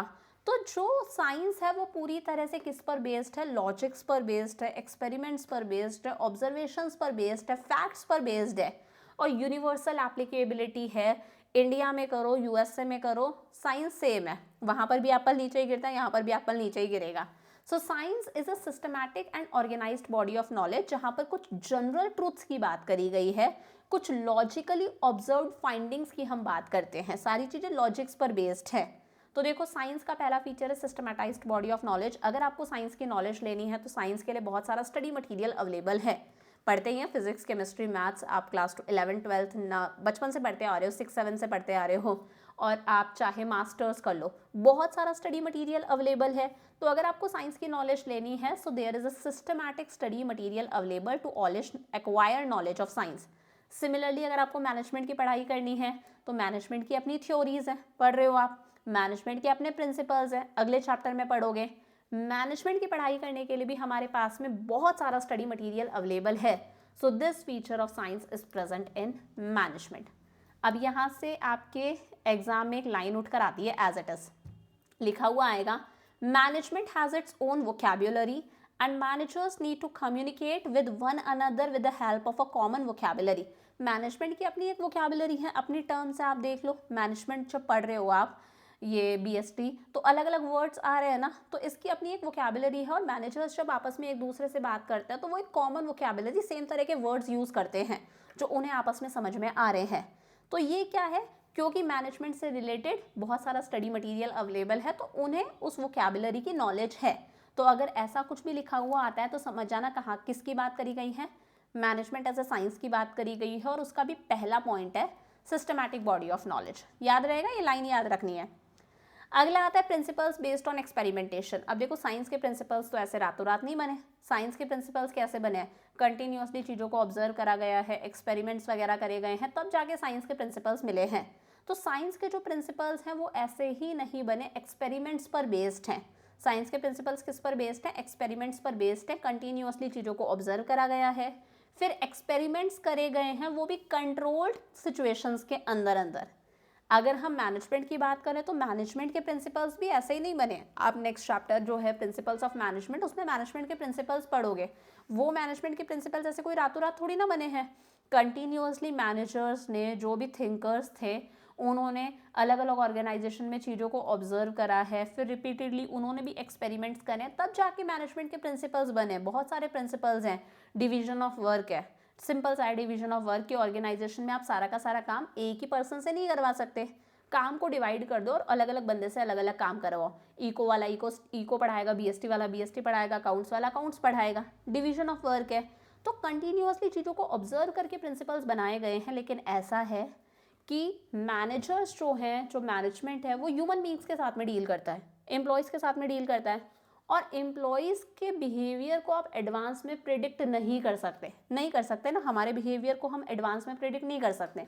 मैं क्लास 12th में थी तब मेरे कुछ अलग गोल्स थे, जब मैंने ग्रेजुएशन करी तब कुछ अलग गोल्स थे, जब पोस्ट ग्रेजुएशन करी तब कुछ अलग गोल्स थे, जब एजुकेशन की पढ़ाई करी तब कुछ अलग गोल्स थे, आज मेरे कुछ अलग गोल्स है, जब स्कूल में पढ़ाती थी तब कुछ अलग गोल्स थे। तो इंसान के गोल्स बदलते रहते हैं, उसका बिहेवियर चेंज होता रहता है। मैनेजर्स एम्प्लॉयज़ के साथ में डील करें जिनके बिहेवियर को एडवांस में प्रिडिक्ट करना पॉसिबल नहीं है कि बंदा कल क्या चाहेगा। तो ये फीचर जो है ना साइंस का, ये मैनेजमेंट में पार्शली प्रेजेंट है, थोड़ा प्रेजेंट है, थोड़ा प्रेजेंट नहीं है। So management can be called an inexact science. Management क्या है, इनएग्जैक्ट साइंस है, प्योर साइंस नहीं है आर्ट की तरह। और लास्ट है यूनिवर्सल वैलिडिटी। साइंस के प्रिंसिपल्स आपको पता है यूनिवर्सल है, हर जगह एज इट इज़ अप्लाई हो जाते हैं साइंस के प्रिंसिपल, पता है ना। लेकिन मैनेजर्स किसके साथ में डील कर रहे हैं, मैनेजर्स ह्यूमन बींग्स के साथ में डील कर रहे हैं। तो मैनेजमेंट के प्रिंसिपल्स साइंस के प्रिंसिपल्स की तरह नहीं है। मैनेजमेंट के प्रिंसिपल्स हर जगह अप्लाई नहीं होते लेकिन अलग अलग तरह से अप्लाई होते हैं। इन्हें हमें सिचुएशन के अकॉर्डिंग मॉडिफाई करना पड़ता है, लिखा है ना, they have to be modified according to situation. Management के प्रिंसिपल्स होते हैं हर जगह अप्लाई, लेकिन हर जगह अलग अलग तरह से अप्लाई होते हैं। हर जगह इन्हें थोड़ा बहुत मॉडिफाई, थोड़ा बहुत चेंज करना पड़ता है। जैसे मैंने बोला, इको वाला टीचर इको पढ़ाएगा, BST वाला BST पढ़ाएगा, अकाउंट्स वाला अकाउंट्स पढ़ाएगा। लेकिन मैं तो आपको इको BST दोनों पढ़ाती हूँ, और आपके स्कूल में भी ऐसा होता होगा कि अकाउंट्स वाले जो भी टीचर हैं वही BST भी पढ़ा देते होंगे। तो मॉडिफाई होता है जो प्रिंसिपल है सिचुएशन के अकॉर्डिंग। तो ये फीचर साइंस का मैनेजमेंट में प्रेजेंट नहीं है। तो हम बोलते हैं management can not be considered pure और एग्जैक्ट साइंस नहीं है आर्ट की तरह। मैनेजमेंट या तो सोशल साइंस है या फिर इनएग्जैक्ट साइंस है। समझ में आया। लास्ट आता है मैनेजमेंट एज अ प्रोफेशन। अब देखो प्रोफेशन क्या है, फॉर एग्जाम्पल डॉक्टर, लॉयर आप ले लो, सीए ले लो, ये प्रोफेशंस है। प्रोफेशन के लिए ज़रूरी है या तो आपके पास में डिग्री होनी चाहिए। अगर आपको एज अ डॉक्टर प्रैक्टिस करना है तो आप एमबीबीएस होने चाहिए। बिना एमबीबीएस के तो आप थोड़ी ना as a doctor profession doctor practice कर सकते हो। अगर आपको एज अ लॉयर प्रैक्टिस करनी है तो आपके पास में डिग्री होनी चाहिए, एलएलबी करके रखो आप। अगर आपको एज अ सीए प्रैक्टिस करनी है तो आप सीए होने चाहिए, आपने एग्ज़ाम क्वालिफाई करा होना चाहिए। तो प्रोफेशन ऐसी चीज़ है जिसके लिए या तो आपके पास में डिग्री होनी चाहिए या फिर आप एक पर्टिकुलर एग्ज़ाम क्वालिफाई करो, एग्ज़ाम क्रैक करो, उसके बाद में ही आप उस प्रोफेशन को प्रैक्टिस कर सकते हो। समझ में आया? सो प्रोफेशन एक ऐसा ऑक्यूपेशन है जिसके लिए एक तो आपको स्पेशलाइज्ड नॉलेज चाहिए। अब डॉक्टर के पास में स्पेशलाइज्ड नॉलेज है, हर कोई एज अ डॉक्टर तो प्रैक्टिस नहीं कर सकता।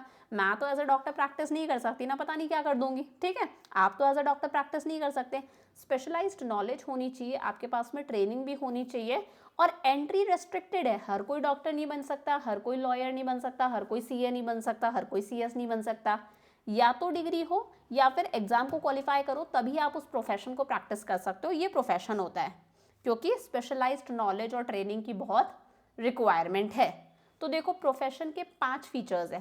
पहला है well defined body of knowledge. कोई भी प्रोफेशन आपको प्रैक्टिस करना है तो उसके लिए well defined body of knowledge है, यानी कि बहुत सारा स्टडी मटेरियल अवेलेबल है हर प्रोफेशन के लिए। बहुत सारा स्टडी मटेरियल अवेलेबल है। डॉक्टर की पढ़ाई करनी है, बहुत सारा स्टडी मटेरियल अवेलेबल है। एमबीबीएस होता है, फिर पीजी होती है, सुपर स्पेशलाइजेशन होता है, बहुत कुछ होता है। सीए के लिए बहुत सारा स्टडी मटेरियल अवेलेबल है। तो किसी भी प्रोफेशन के लिए बहुत सारा स्टडी मटेरियल अवेलेबल है, स्पेशलाइज्ड बॉडी ऑफ नॉलेज है। सेम ऐसे ही मैंने बता दिया, अगर आपको मैनेजमेंट की पढ़ाई करनी है तो उसके लिए भी बहुत सारी थ्योरी, बहुत सारे वेल डिफाइंड प्रिंसिपल्स है, बहुत सारा स्टडी मटेरियल अवेलेबल है जो आप स्कूल में पढ़ सकते हो, कॉलेजेस में पढ़ सकते हो, प्रोफेशनल इंस्टीट्यूट्स में पढ़ सकते हो, बीबीए एमबीए जब आप कर रहे हो। अलग अलग बुक्स और जर्नल से भी आप प्रोफेशन की, मैनेजमेंट की नॉलेज ले सकते हो। तो ये फीचर प्रोफेशन का मैनेजमेंट में प्रेजेंट है।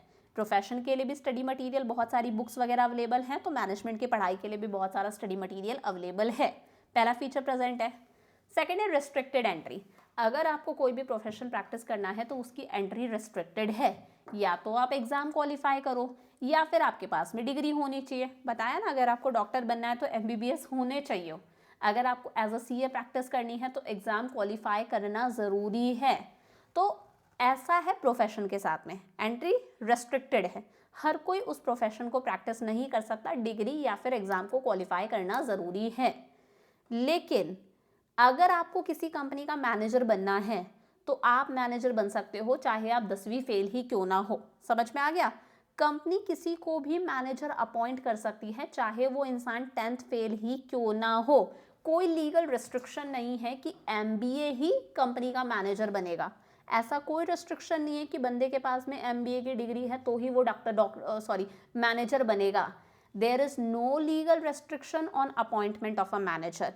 किसी को भी मैनेजर बनाया जा सकता है इररिस्पेक्टिव ऑफ एजुकेशनल क्वालिफिकेशन। आपकी क्वालिफिकेशन नहीं देखी जाएगी। आपने खुद की कंपनी खोली और खुद की कंपनी के मैनेजर बन के बैठ गए, ठीक है। आप चाहे कितना भी पढ़े हो, आपने एमबीए करा है या नहीं करा, आप खुद की कंपनी के मैनेजर बन के बैठ सकते हो ना। तो ऐसा कोई रिस्ट्रिक्शन नहीं है, कोई एजुकेशनल क्वालिफिकेशन नहीं देखा जाता। लेकिन आज की डेट में जो बड़ी बड़ी कंपनीज हैं वो एमबीएस को ही मैनेजर की तरह अपॉइंट कर रही है। रिस्ट्रिक्शन नहीं है, वो सिर्फ प्रेफरेंस दे रही है कि वो एमबीएस को ही एज अ मैनेजर अपॉइंट कर रही हैं। तो आज की डेट में तो this feature of profession is not present in management. हो सकता है फ्यूचर में बन जाए, क्योंकि कंपनीज आज की डेट में एमबीए डिग्री होल्डर्स को ही एज अ मैनेजर अपॉइंट करने लग गई, प्रेफरेंस देने लग गई। थर्ड है प्रोफेशनल एसोसिएशन। देखो, अगर आपको कोई भी प्रोफेशन प्रैक्टिस करना है तो उसके लिए प्रोफेशनल एसोसिएशंस होते हैं। फॉर एग्जांपल, अगर आपको एज अ डॉक्टर प्रैक्टिस करना है तो उसके लिए भी एक अलग से प्रोफेशनल एसोसिएशन है। एज अ डॉक्टर प्रैक्टिस अगर आपको करना है तो मेडिकल काउंसिल ऑफ इंडिया हो गया, आपका एक एसोसिएशन है ना। डॉक्टर्स के लिए मेडिकल काउंसिल ऑफ इंडिया होता है। अगर सीए के लिए बात करें तो institute of chartered accountants of India हो गया। तो इस तरह से प्रोफेशंस के लिए कुछ प्रोफेशनल एसोसिएशंस होते हैं, यानी कि एक बॉडी है, एक कॉरपोरेट बॉडी आप समझ लो, एक गवर्निंग बॉडी है जो गवर्न कर रही है, जो अपने मेंबर्स के लिए, जो भी इसके मेंबर्स हैं उनकी एंट्री को रेगुलेट करती है कि भाई आपको एग्जाम क्वालिफाई करना पड़ेगा। जो आपको सर्टिफिकेट ऑफ प्रैक्टिस देती है, आपने एग्जाम क्वालिफाई कर लिया या फिर आपके पास में डिग्री है तो आपको सर्टिफिकेट मिल जाएगा कि अब आप प्रैक्टिस कर सकते हो, जो आपके लिए रूल्स रेगुलेशंस फॉर्म करती है, जो आपके लिए कोड ऑफ कंडक्ट सेट करती है, एक बिहेवियर सेट करती है कि आप कैसे बिहेव कर सकते हो। तो हर प्रोफेशन के लिए कुछ प्रोफेशनल एसोसिएशन एक गवर्निंग बॉडी होती है जो आपकी एंट्री रेगुलेट करेगी, आपके लिए कोड ऑफ कंडक्ट सेट करेगी, आपको सर्टिफिकेट ऑफ प्रैक्टिस देगी, सारी चीज़ें करेगी, आपके लिए रूल्स रेगुलेशंस बनाएगी। सेम ऐसे ही मैनेजमेंट के लिए भी प्रोफेशनल एसोसिएशंस है। आपने नाम भी सुना होगा, AIM है, all India management association, new Delhi के अंदर। लेकिन मैनेजर्स के लिए ज़रूरी नहीं है कि वो इन प्रोफेशनल एसोसिएशन के मेंबर बने। समझ में आ गया कि मैनेजमेंट के लिए भी हमारे पास में गवर्निंग बॉडीज़ हैं, एसोसिएशंस है, all India management association, but it is not necessary for managers to become part of these organization. Managers के लिए ज़रूरी नहीं है कि वो इन एसोसिएशंस, इन ऑर्गेनाइजेशन का पार्ट बने। सो ये फीचर भी प्रोफेशन का मैनेजमेंट में प्रेजेंट नहीं है। चौथा इसी से रिलेटेड है ethical code of conduct. Professions के जो प्रोफेशनल एसोसिएशन है, पीछे हम लोगों ने देखा, लॉयर्स के लिए है bar council of India, doctors के लिए है ऑल इंडिया मेडिकल काउंसिल, है ना, मेडिकल काउंसिल ऑफ इंडिया भी बोल सकते हो। CA के लिए है institute of chartered accountants of India. तो ये जो प्रोफेशनल एसोसिएशंस होते हैं वो अपने मेंबर्स के लिए, अपने डॉक्टर्स, अपने लॉयर्स, अपने CA वगैरह के लिए कोड ऑफ कंडक्ट सेट करते हैं, एक बिहेवियर सेट करते हैं कि आपका बिहेवियर कैसा होना चाहिए, डूज एंड डोंट सेट करते हैं कि आप क्या कर सकते हो, क्या नहीं कर सकते। और इन प्रोफेशनल्स को इस कोड ऑफ कंडक्ट को फॉलो करना ज़रूरी है। अगर आपने ये कोड ऑफ कंडक्ट फॉलो नहीं करा तो आपसे आपका सर्टिफिकेट ऑफ प्रैक्टिस छीन लिया जाएगा, फिर आप प्रैक्टिस नहीं कर सकते as a doctor, as a CA। So हर प्रोफेशन को उसके प्रोफेशनल एसोसिएशन ने जो कोड ऑफ कंडक्ट सेट करा है, जो बताता है उस प्रोफेशनल का बिहेवियर कैसा होना चाहिए, उस बंदे का बिहेवियर कैसा होना चाहिए, वो सेट करा, वो फॉलो करना ज़रूरी है। सेम ऐसे ही जो AIMA है, ऑल इंडिया मैनेजमेंट एसोसिएशन हमारा, वो भी कोड ऑफ कंडक्ट सेट करता है कि मैनेजर्स का बिहेवियर कैसा होना चाहिए। लेकिन हम लोगों ने पीछे देखा, मैनेजर्स के लिए ज़रूरी नहीं है कि वो AIMA मैनेजमेंट एसोसिएशन के मेंबर बने, तो कोड ऑफ कंडक्ट भी फॉलो करना कंपलसरी नहीं है। लिखा है ना, but there is no compulsion for managers to be members of such an association, और उसका कोड ऑफ कंडक्ट फॉलो करना भी ज़रूरी नहीं है। तो ये फीचर भी प्रोफेशन का मैनेजमेंट में प्रेजेंट नहीं है। और लास्ट आता है सर्विस मोटिव। हर प्रोफेशन का मेन मोटिव क्या होता है हमें पता है, प्रैक्टिकली तो पैसा कमाना मोटिव होता है, लेकिन थ्योरेटिकली हर प्रोफेशन का मेन मोटिव क्या है, अपने क्लाइंट्स को सर्विस देना, डेडिकेटेड और कमिटेड सर्विस देना। डॉक्टर हो तो आपका मेन मकसद है अपने पेशेंट को बहुत अच्छे से ट्रीट करना, CA हो तो अपने क्लाइंट को सर्विस देना, लॉयर हो अपने क्लाइंट को सर्विस देना। हर प्रोफेशन का मेन मकसद है अपने क्लाइंट के इंटरेस्ट, क्लाइंट के बारे में सोचना, क्लाइंट को डेडिकेटेड और कमिटेड सर्विस देना। हालांकि पता है एट दी एंड सबका मकसद पैसा कमाना ही होता है, लेकिन मैनेजमेंट का गोल क्या होता है, मैनेजमेंट का गोल है ऑर्गेनाइजेशन के गोल्स को अचीव करना। मैनेजर्स का काम है ऑर्गेनाइजेशन के गोल्स को अचीव करना। अब ये गोल कुछ भी हो सकता है, ये गोल प्रॉफिट मैक्सिमाइजेशन भी हो सकता है, सर्विस देना भी हो सकता है, कुछ भी गोल हो सकता है।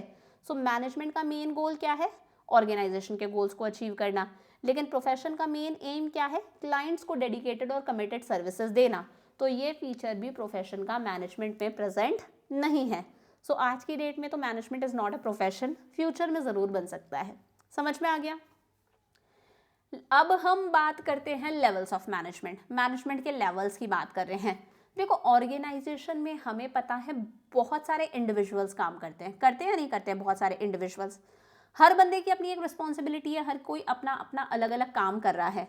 अब जब आपने बंदे को रिस्पॉन्सिबिलिटी दी है, हर किसी के पास में अपनी रिस्पॉन्सिबिलिटी है, तो आप जब उसे रिस्पॉन्सिबिलिटी दे रहे हो, यानी कि आप जब उसे काम सौंप रहे हो, तो काम के साथ साथ में आप उसे थोड़ी बहुत पावर भी तो दोगे कि वो अपने लेवल पर डिसीजंस ले सके। अगर मैं आपके स्कूल में इको या BST पढ़ा रही हूँ, सो माय रिस्पॉन्सिबिलिटी कि मैं आपको इको BST पढ़ाऊँ और उसमें आप अच्छे नंबर लेकर आओ। लेकिन इस रिस्पॉन्सिबिलिटी को पूरा करने के लिए I have some authority also, मेरे पास में कुछ पावर भी है कि मैं कभी भी आपसे प्रोजेक्ट वर्क करवा सकती हूँ, मैं कभी भी आपका टेस्ट ले सकती हूँ, मैं कभी भी आपके पेरेंट्स से बात कर सकती हूँ। I have a reasonable degree of power, ठीक है, मेरे पास में पावर भी होनी चाहिए, यानी कि अथॉरिटी भी होनी चाहिए। तो इसी अथॉरिटी और रिस्पॉन्सिबिलिटी से हमें ऑर्गेनाइजेशन में पता चलता है कौन किसका सुपीरियर है, कौन किसका सबॉर्डिनेट है। मैम ये क्या बोल गए, देखो जिसके पास में अथॉरिटी ज़्यादा होती है, अथॉरिटी मतलब पावर ज़्यादा होती है, वो सुपीरियर होता है। कौन होता है? सुपीरियर होता है, बॉस होता है। मैंने कहा जिसके पास में अथॉरिटी पावर ज़्यादा है वो कौन होता है? वो होता है सुपीरियर। और इसके नीचे जिसके पास में कंपैरेटिवली कम अथॉरिटी है, जिसके पास में अथॉरिटी कंपैरेटिवली क्या है? कम है, वो कौन होता है? सबऑर्डिनेट होता है। क्या होता है? सबऑर्डिनेट होता है। तो अथॉरिटी और रिस्पॉन्सिबिलिटी से ही हमें सुपीरियर्स और सबऑर्डिनेट्स का पता चलता है कि जिसके पास में अथॉरिटी ज़्यादा है वो सुपीरियर है, जिसके पास में अथॉरिटी कम है वो उसका क्या है? सबऑर्डिनेट है, वो उसके नीचे काम कर रहा है। तो इससे हमें लेवल्स ऑफ मैनेजमेंट का पता चलता है। मैनेजमेंट के 3 लेवल्स हैं। टॉप लेवल मैनेजमेंट मतलब टॉप लेवल मैनेजर्स, फिर आते हैं उनसे नीचे मिडिल लेवल मैनेजर्स, और सबसे नीचे आते हैं ऑपरेशनल लेवल मैनेजर्स यानी कि लोअर लेवल मैनेजर्स, फिर इनके नीचे आते हैं वर्कर्स। ठीक है, तो टॉप लेवल मैनेजर्स में कौन आते हैं? बोर्ड ऑफ डायरेक्टर्स आ गए, चेयरमैन है, प्रेसिडेंट है, वाइस प्रेसिडेंट है, चीफ ऑपरेटिंग ऑफिसर है, चीफ फाइनेंशियल ऑफिसर है। तो ये बड़ी बड़ी हस्तियां कौन है? टॉप लेवल मैनेजर्स हैं। समझ में आ गया? सबसे ज़्यादा अथॉरिटी इनके पास में, सबसे ज़्यादा पावर इनके पास में है। फिर इनसे नीचे कंपैरेटिवली इनके पास में कम पावर, कम अथॉरिटी होगी, आता है middle level managers. Middle level managers मतलब ये समझ लो अलग अलग डिपार्टमेंट्स के head, production department, marketing department, finance department, purchase department, अलग अलग डिपार्टमेंट्स के जो हेड्स है, जैसे प्रोडक्शन डिपार्टमेंट का head production manager, sales manager, marketing manager, finance manager, तो वो कौन हो गए? हमारे मिडिल लेवल मैनेजर्स के अंदर आ गए। Sales manager, production manager, marketing manager, executive officer, plant superintendent, divisional heads, departmental heads, अलग अलग डिपार्टमेंट्स के हेड्स किस में आ गए? मिडिल लेवल मैनेजर्स के अंदर। और इनके भी नीचे आते हैं लोअर लेवल मैनेजर्स जो जस्ट वर्कर्स के ऊपर है। मतलब इनसे नीचे कौन आएंगे? सिर्फ वर्कर्स आएंगे। तो ये वर्कर्स पर नजर रखते हैं कि वर्कर्स सही से काम तो कर रहे हैं ना, वर्कर्स को इंस्ट्रक्शंस वगैरह देते हैं। वर्कर्स के एकदम इमीडिएट कॉन्टैक्ट के अंदर यही है। इसमें सुपरवाइजर्स आ गए। सुपरवाइजर्स मतलब जो वर्कर्स को सुपरवाइज कर रहे हैं, उन पे नजर रख रहे हैं। सुपरिटेंडेंट आ गए, फोरमैन है, सेक्शन ऑफिसर है, नाम याद रखना, सब डिपार्टमेंट एग्जीक्यूटिव है, क्लर्क वगैरह है। ये आते हैं लोअर लेवल मैनेजर्स के अंदर who are in immediate contact with the workers. तो यहाँ से आपका क्वेश्चन क्या बनता है कि आपको ये याद होना चाहिए top level managers, middle level managers, operational level managers के अंदर कौन कौन आते हैं। तो इनको एक बार पढ़ लेना। अब हम बात करते हैं इनके फंक्शंस के बारे में, ये भी इंपॉर्टेंट है। टॉप लेवल मैनेजर्स के अंदर कौन आए? President, chief operating officer, CEO, board of directors वगैरह आ गए। सीनियर मोस्ट एग्जीक्यूटिव्स आए हैं इनके अंदर, सीनियर मोस्ट एग्जीक्यूटिव्स। मैंने बताया था सबसे ज़्यादा अथॉरिटी इनके पास में है, इससे कम इनके पास में, इससे कम इनके पास में। अकाउंटेबिलिटी भी एक चीज़ होती है। रिस्पॉन्सिबिलिटी मैंने आपको बता दिया, आपको जो दिया गया काम है आपको वो काम कंप्लीट करना है, दैट इज रिस्पॉन्सिबिलिटी। अकाउंटेबिलिटी का मतलब होता है जवाबदेही। अगर कोई काम सही से नहीं हुआ तो आप जवाब किसको दोगे? आपसे ऊपर वाले को दोगे। अगर लोअर लेवल मैनेजर्स से कोई काम सही से नहीं हुआ तो वो किसको जवाब देंगे? मिडिल लेवल मैनेजर्स को।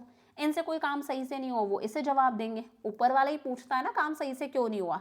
तो ये जो जवाबदेही होती है ना, being answerable for the final outcome, ये ऊपर फ्लो करती है। नीचे वाला ऊपर वाले के टूवर्ड्स अकाउंटेबल है, उसे ऊपर वाले को जवाब देना पड़ेगा, दैट इज अकाउंटेबिलिटी। तो देखो टॉप लेवल मैनेजर्स में सीनियर मोस्ट एग्जीक्यूटिव्स आए, इनके फंक्शंस क्या क्या हैं? To integrate diverse elements and coordinate the activities of different departments. मतलब वही जितने भी जो एलिमेंट्स हैं, जितने भी काम हो रहे हैं, उन सबको इंटीग्रेट करके चलना, सारी एक्टिविटीज़ को इंटीग्रेट एक करके चलना कि हमें ऑर्गेनाइजेशन के गोल्स को अचीव करना है। प्लस सारे डिपार्टमेंट्स के बीच में एक प्रॉपर कोऑर्डिनेशन हो ताकि हम ऑर्गेनाइजेशन के ओवरऑल गोल्स को अचीव कर सकें, मकसद को अचीव कर सकें। सारे डिपार्टमेंट्स में कोऑर्डिनेशन हो कि हमें ऑर्गेनाइजेशन के गोल्स को अचीव करना है। सारी एक्टिविटीज़ को एक डायरेक्शन में लेकर चलना, हमारा मकसद क्या है? ऑर्गेनाइजेशन के गोल्स को अचीव करना। टॉप लेवल मैनेजर्स पूरे ऑर्गेनाइजेशन के वेलफेयर और सर्वाइवल के लिए जिम्मेदार है। डाउनफॉल हो रहा है, ये जिम्मेदार हैं। ऑर्गेनाइजेशन उठ रहा है, उसके लिए भी क्रेडिट इन्हें मिलेगा। ये बिजनेस के एनवायरनमेंट को अच्छे से एनालाइज करते हैं और देखते हैं बिजनेस का एनवायरनमेंट, बिजनेस एनवायरनमेंट का बिजनेस पर क्या इम्पैक्ट पड़ेगा। समझ में आ गया? तो सारे डिपार्टमेंट्स के एफर्ट्स को इंटीग्रेट करने का काम इनका है। ऑर्गेनाइजेशन के सर्वाइवल और वेलफेयर के लिए रिस्पॉन्सिबल है। बिजनेस के एनवायरनमेंट को एनालाइज करते हैं और देखते हैं इसका बिजनेस पर क्या इम्पैक्ट पड़ने वाला है।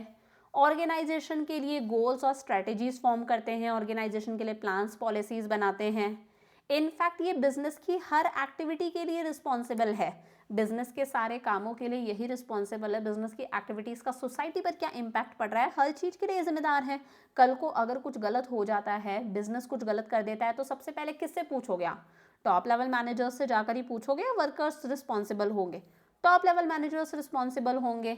ये सारे के सारे रिसोर्सेज को असेंबल इकट्ठा करते हैं, चाहे वो पैसा हो, चाहे वो मशीनरी है, फिक्स्ड असेट्स है, सारे रिसोर्सेज को इकट्ठा करने का काम किसका है? टॉप लेवल मैनेजर्स का। समझ में आ गया? फिर आता है मिडिल लेवल मैनेजर्स।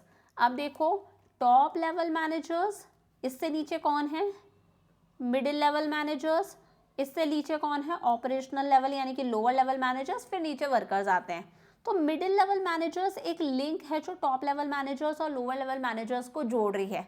मतलब एक कड़ी है, एक लिंक है जो टॉप लेवल मैनेजर्स और मिडिल लेवल मैनेजर्स को कनेक्ट करता है। तो इसके फंक्शंस क्या हैं? ये कहीं ना कहीं टॉप लेवल मैनेजर्स ने जो प्लान्स, पॉलिसीज, स्ट्रेटेजीज वगैरह बनाई हैं, उन्हें इम्प्लीमेंट करने का, उन्हें एग्जीक्यूट करने का काम किसका है? मिडिल लेवल मैनेजर्स का।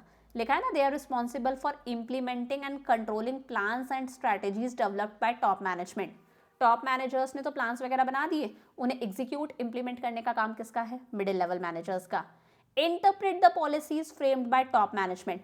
टॉप मैनेजर्स ने जो पॉलिसीज वगैरह बनाई हैं, ये उन पॉलिसीज के बारे में लोअर लेवल मैनेजर्स को इंटरप्रेट करते हैं, उन्हें बताते हैं, उन्हें समझाते हैं, क्योंकि इन दोनों के बीच का एक लिंक है ना ये। In short that there department has necessary personal. मैंने बताया था मिडिल लेवल मैनेजर्स में कौन आते हैं? अलग अलग डिपार्टमेंट्स के head, production manager, sales manager, marketing manager वगैरह। तो इनका मकसद है ये देखना कि इनके डिपार्टमेंट के अंदर जो भी इनका पर्टिकुलर डिपार्टमेंट है, सेल्स डिपार्टमेंट, मार्केटिंग डिपार्टमेंट, उसमें नेसेसरी स्टाफ तो है ना, लोग तो है ना। अपने डिपार्टमेंट के एम्प्लॉयज़ जो पर्सनल है, उन्हें उनकी ड्यूटीज़ और रिस्पॉन्सिबिलिटीज़ असाइन करना, अपने लोगों को मोटिवेट करना कि तुम अपना बेस्ट दो, हमारे डिपार्टमेंट अपने गोल्स अचीव कर सके। सारी एक्टिविटीज़ को अपने डिपार्टमेंट के लिए, सिर्फ खुद के डिपार्टमेंट की एक्टिविटीज़ को ऑर्गेनाइज करना अच्छे से, ये अपने डिपार्टमेंट के लिए रिस्पॉन्सिबल हैं। प्लस दूसरे डिपार्टमेंट्स के साथ में भी कोऑपरेट करके चलना है यार, मिलजुल कर चलना है। ऐसा ही नहीं सिर्फ आप अपने डिपार्टमेंट के बारे में ही सोच रहे हो। हाँ, इनका काम अपने डिपार्टमेंट का ही है, लेकिन ये भी मेक श्योर करो कि आप दूसरे डिपार्टमेंट्स के साथ में भी कोऑपरेट करके चलो, हार्मनी होनी चाहिए। और अगर फर्स्ट लाइन मैनेजर्स मतलब हमारे operational level managers, lower level managers से अगर कोई गड़बड़ होती है, तो उसके काम के लिए भी ये रिस्पॉन्सिबल है, क्योंकि टॉप लेवल मैनेजर्स अल्टीमेटली किससे जवाब मांगेंगे? वो तो मिडिल लेवल मैनेजर्स से ही पूछेंगे ना। तो अगर लोअर लेवल मैनेजर्स कुछ गड़बड़ करते हैं, उसके लिए भी मिडिल लेवल मैनेजर्स रिस्पॉन्सिबल है, इन्हें ऊपर वाले टॉप लेवल मैनेजर्स को जवाब देना पड़ेगा। लास्ट आता है ऑपरेशनल मैनेजमेंट। इसे आप सुपरवाइजरी मैनेजमेंट भी बोल सकते हो, फर्स्ट लाइन मैनेजर्स भी बोल सकते हो, लोअर लेवल मैनेजर्स भी बोल सकते हो। ये इमीडिएटली वर्कर्स के कॉन्टैक्ट के अंदर हैं, वर्कर्स के एफर्ट्स को ओवरसी करते हैं, मतलब देखते हैं वर्कर्स सही से काम तो कर रहे हैं ना, ये समझ लो मैग्नीफाइंग ग्लास ले रखा है और उन पर नज़र रख रहे हैं। ये वर्कफोर्स से एक्चुअली इंटरेक्ट करते हैं, बात करते हैं। और मिडिल लेवल मैनेजर्स के इंस्ट्रक्शंस किसको देते हैं? वर्कर्स को देते हैं। साथ साथ में क्वालिटी ऑफ आउटपुट के लिए रिस्पॉन्सिबल है, ये नज़र रखते हैं भाई जो सामान बन रहा है, जो आउटपुट है वो अच्छी क्वालिटी का होना चाहिए। ये मेक श्योर करते हैं कि वेस्टेज कम से कम हो। सेफ्टी स्टैंडर्ड्स भी देखे जाते हैं भाई, एम्प्लॉयज़ भी सेफ वगैरह रहें, अच्छी क्वालिटी का प्रोडक्ट बने, सारी चीज़ें देखी जाती हैं। ये वर्कर्स की प्रॉब्लम सुनते हैं और वर्कर्स की प्रॉब्लम के बारे में किसको बताते हैं? मिडिल लेवल मैनेजर्स को बताते हैं। ये अच्छी वर्किंग कंडीशंस मेंटेन करने के लिए रिस्पॉन्सिबल है कि वर्कर्स के बीच में अच्छा वर्किंग एनवायरनमेंट होना चाहिए, हेल्दी रिलेशंस होने चाहिए सुपीरियर्स और सबॉर्डिनेट्स के बीच में। तो ये एक्चुअली क्वालिटी ऑफ आउटपुट कैसा होगा उसके लिए ये जिम्मेदार है, क्योंकि ये इमीडिएटली वर्कर्स के कॉन्टैक्ट के अंदर है। समझ में आ गया? अब आता है भाई फंक्शंस ऑफ मैनेजमेंट। मैनेजमेंट के हैं हमारे पास में 5 functions: planning, organizing, staffing, directing, controlling. सबको पता है। प्लानिंग के अंदर प्लान बनाया जाता है, कैसे क्या कब करना है। प्लानिंग के अंदर देखो क्या होता है, एडवांस में डिसाइड करते हैं मैनेजर्स क्या करना है, कैसे करना है, कब करना है और कौन पर्सन कौन सा काम करेगा। So planning means deciding in advance, advance में डिसाइड करना what to do, how to do, when to do and who is going to do it. मतलब होता है ना, घर में शादी होती है, अभी जैसे मैं रेगुलरली वीडियोस अपलोड नहीं कर रही थी, क्योंकि पहले पता था आपको मेरे को साइनसाइटिस की प्रॉब्लम हो गई थी, और उसके बाद में I have come to my house, क्योंकि यहाँ पर मेरे घर में शादी है, मेरे घर के अंदर ही शादी है, that's why I am busy. तो जब शादी होती है तो हम बहुत सारी चीज़ें एडवांस में प्लान करते हैं ना, कि खाने में क्या क्या रखना है, शादी वाले दिन क्या रखना है, लगन वाले दिन क्या रखना है, कौन क्या पहनेगा, किस दिन क्या ड्रेस कोड होगा, खाना किससे बनवाना है, ड्रेसेस वगैरह सब सोचना, किस किस को इनवाइट करना है, कार्ड्स कहाँ से होंगी, तो सारी चीज़ें जो एडवांस में सोचना है वो किस में आता है, प्लानिंग के अंदर। सो प्लानिंग में मैनेजर्स एडवांस में डिसाइड करते हैं what to do, how to do, when to do and who is going to do it. और प्लानिंग के अंदर ही जो मैनेजर्स होते हैं वो गोल सेट करते हैं, ऑब्जेक्टिव सेट करते हैं कि यार हमें हमारे क्या गोल्स अचीव करने हैं, ठीक है। It implies setting goals, goals advance में सेट करे जाते हैं और उन गोल्स को अचीव करने के लिए वेज भी ढूंढे जाते हैं, तरीके भी ढूंढे जाते हैं कि यार हम हमारे गोल को इफेक्टिवली और एफिशिएंटली कैसे अचीव कर सकते हैं। तो प्लानिंग में याद करना, गोल सेट करे जाते हैं, प्लस एडवांस में डिसाइड करा जाता है what to do, how to do, when to do and who is going to do it. समझ में आ गया।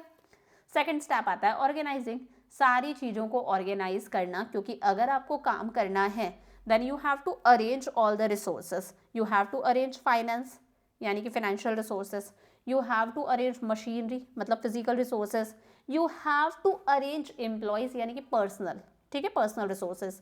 तो सारे रिसोर्सेज को अरेंज करना, फिर डिपार्टमेंट्स वगैरह बनाना, ठीक है, production department, sales department, marketing department, सारा काम आप एक बंदे से नहीं करवा सकते ना, तो सिमिलर काम को अलग अलग ग्रुप्स में डिवाइड कर देना, ठीक है, और उस बंदे से वो काम कराना जिस काम के अंदर वो एक्सपर्ट है। मतलब कुल मिलाकर सारे रिसोर्सेज को अरेंज करना, डिपार्टमेंट्स वगैरह बनाना, लोगों की उनको ड्यूटीज़ असाइन करना, ठीक है, टास्क को ग्रुप्स में डिवाइड कर देना कि भाई ये ग्रुप ये काम करेगा, अथॉरिटी और रिस्पॉन्सिबिलिटी वाली रिलेशनशिप सेटअप करना कि कौन बॉस है, कौन उसका सबॉर्डिनेट है, मतलब कौन सुपीरियर है, कौन सबॉर्डिनेट है, कौन किसे ऑर्डर्स देगा, कौन किससे ऑर्डर्स लेगा, कौन जाके किसको रिपोर्ट करेगा, ये सारी चीज़ें ऑर्गेनाइज करने में आया। सो ऑर्गेनाइजिंग के अंदर क्या करते हैं, grouping of required task into manageable departments, आपने डिपार्टमेंट्स बना दिए और authority and reporting relationship setup कर दिया कि भैया जी आप हो सुपीरियर, ठीक है, और आप कौन हो, ऐसे बहुत सारे होते हैं ना ऑर्गेनाइजेशन में, आप हो सबॉर्डिनेट, तो सुपीरियर जो है वो सबॉर्डिनेट को काम बताएगा और सबॉर्डिनेट जो है वो जाके सुपीरियर को काम करके देगा। तो वही है, सुपीरियर इंस्ट्रक्शंस देगा, सबॉर्डिनेट सुपीरियर के इंस्ट्रक्शंस को फॉलो करेगा, ये रिलेशनशिप सेटअप कर दी। थर्ड आता है स्टाफिंग, स्टाफिंग मतलब सही जॉब के लिए सही पर्सन को चुनना, सही जॉब के लिए सही पर्सन को चुनना, finding the right people for the right job. अब ये काम आप कैसे करोगे, जब आप बंदे को हायर कर रहे हो तो आप देखोगे बंदे की क्वालिफिकेशन क्या क्या है, बंदे के पास में किस चीज़ का एक्सपीरियंस है था, ताकि वो सही काम को सही टाइम पर कर सके। समझ पा रहे हो ना, सही जॉब के लिए सही पर्सन को चुनना, सही पर्सन को हम उसकी क्वालिफिकेशन देखकर चुनते हैं, तो इंटरव्यूज़ वगैरह लिए जाते हैं इंसान के, उसे ट्रेनिंग वगैरह प्रोवाइड करी जाती है।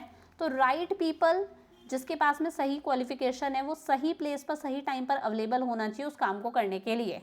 तो इसी को हम ह्यूमन रिसोर्स फंक्शन भी बोलते हैं। इसमें रिक्रूटमेंट होता है कि ऑर्गेनाइजेशन के अंदर वेकेंट जॉब पोजीशंस है, जॉब पोजीशन खाली है, तो बहुत सारे लोगों को अट्रैक्ट करा जाता है कि आओ भाई हमारे यहाँ पर वैकेंसी है, आप अप्लाई करो। फिर हम वही है टेस्ट वगैरह, इंटरव्यू वगैरह लेकर सिलेक्ट करते हैं, बंदे का प्लेसमेंट होता है, उसे ट्रेनिंग प्रोवाइड करते हैं। ये सारा काम स्टाफ से रिलेटेड किस में आया, स्टाफिंग में।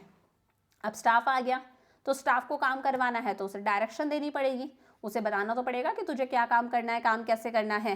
तो स्टाफ को लीड करना, एक लीडर की तरह अपने स्टाफ को लीड करना, उसे इन्फ्लुएंस करना, उसे मोटिवेट करना, ताकि उसे जो टास्क असाइन करा गया है वो उस टास्क को सही तरीके से परफॉर्म कर सके। तो इसमें मोटिवेशन होता है, एम्प्लॉय को मोटिवेट करा जाता है कि भैया अगर तू अच्छे से काम करेगा, ऑब्जेक्टिव्स अचीव करेगा, टारगेट्स अचीव करेगा तो तुझे प्रमोशन मिलेगा, तुम्हारी पे इंक्रीज होगी, सबके सामने तुम्हारी वाहवाही होगी। 1 सेकेंड, मेरा लैपटॉप डिस्चार्ज होने वाला है, 1 सेकेंड में चार्ज पे लगा दूँ। क्या बता रही थी मैं, मोटिवेट करना, उसे लीड करना। तो मोटिवेट करने का मतलब क्या है, एक ऐसा एनवायरनमेंट क्रिएट करना कि इंसान अपनी इच्छा से काम करना चाहे, उसे मोटिवेट करना कि यार अगर तुम अच्छा करोगे, तुम अपना बेस्ट दोगे तो तुम्हारा प्रमोशन होगा, तुम्हें बोनस वगैरह मिलेगा।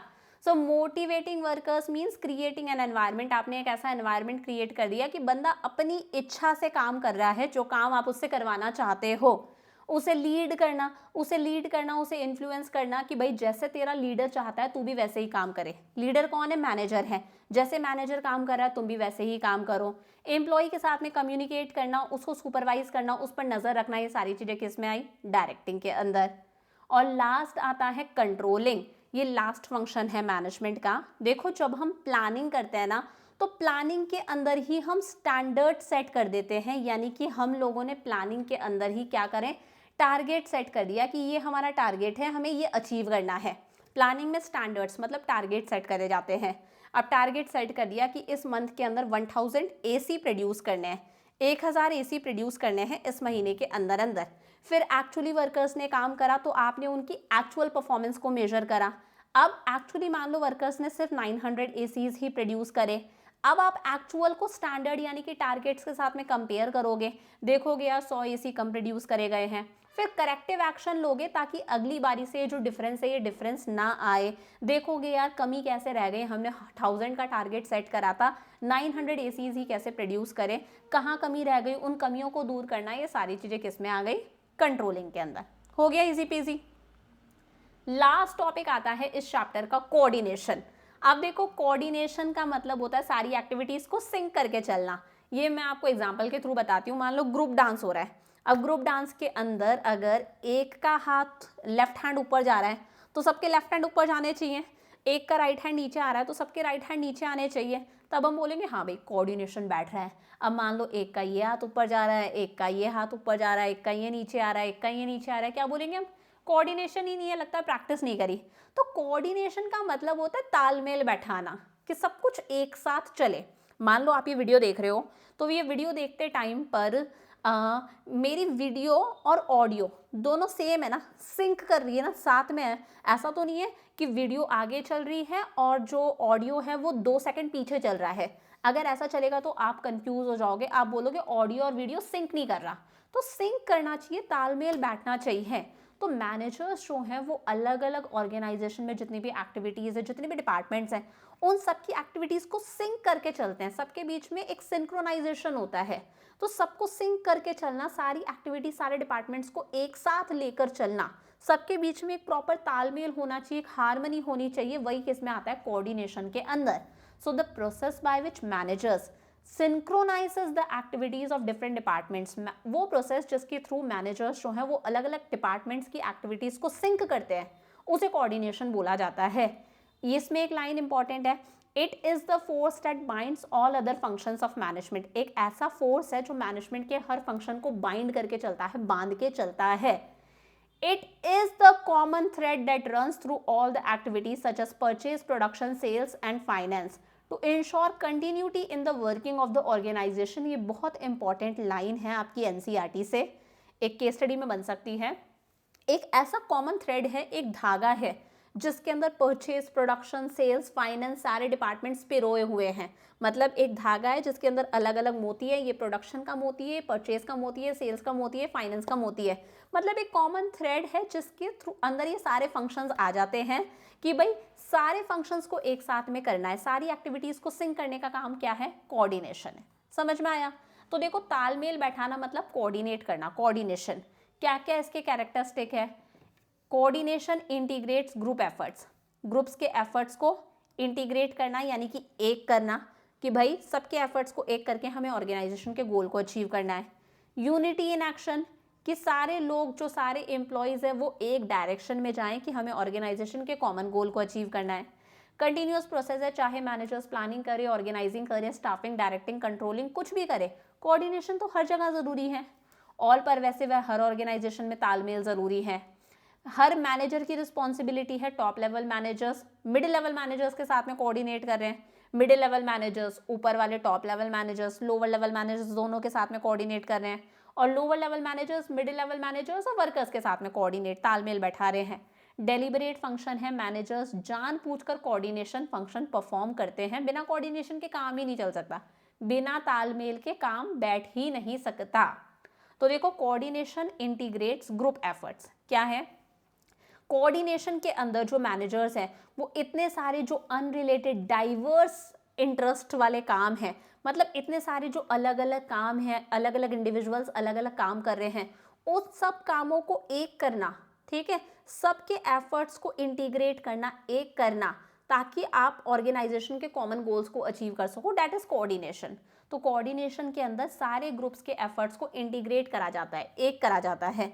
यूनिटी इन एक्शन, एक बाइंडिंग फोर्स है जो सारे डिपार्टमेंट्स को बांध कर चलता है, और ये मेन मकसद है कि हमें सारे डिपार्टमेंट्स का काम इस तरह से करवाना है कि हम ऑर्गेनाइजेशन के कॉमन गोल को अचीव कर सकें।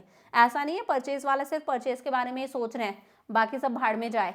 सारे डिपार्टमेंट्स के एफर्ट्स को बाइंड करके चलना है एक साथ, ताकि हम ऑर्गेनाइजेशन का जो कॉमन मकसद है, चाहे वो सेल्स मैक्सिमाइज है, प्रॉफिट्स मैक्सिमाइज है, उसे अचीव कर सके।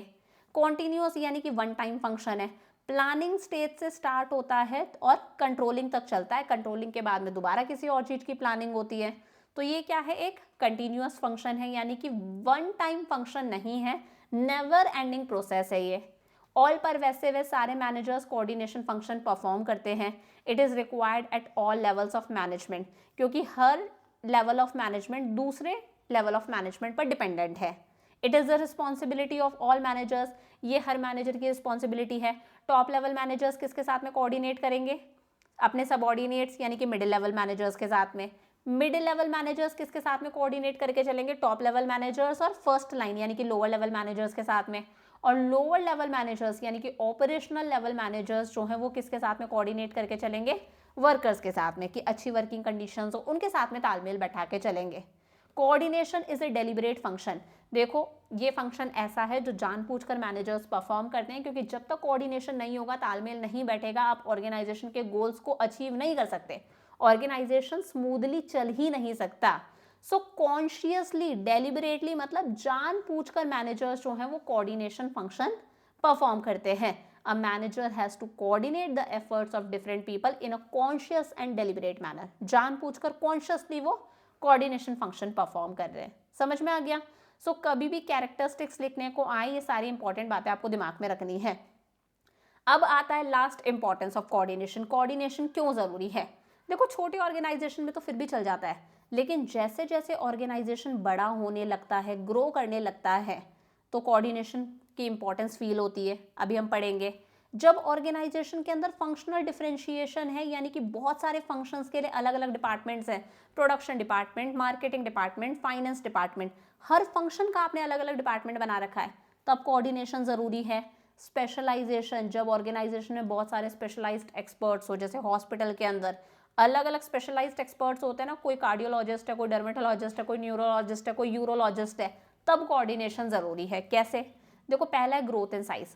जैसे जैसे ऑर्गेनाइजेशन ग्रो करने लगता है, नंबर ऑफ एम्प्लॉयज़ बढ़ने लगते हैं।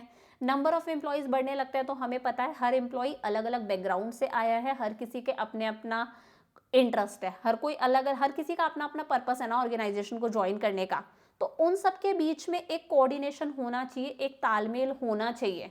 As organization grow in size, number of employees, people employed by organization also increases.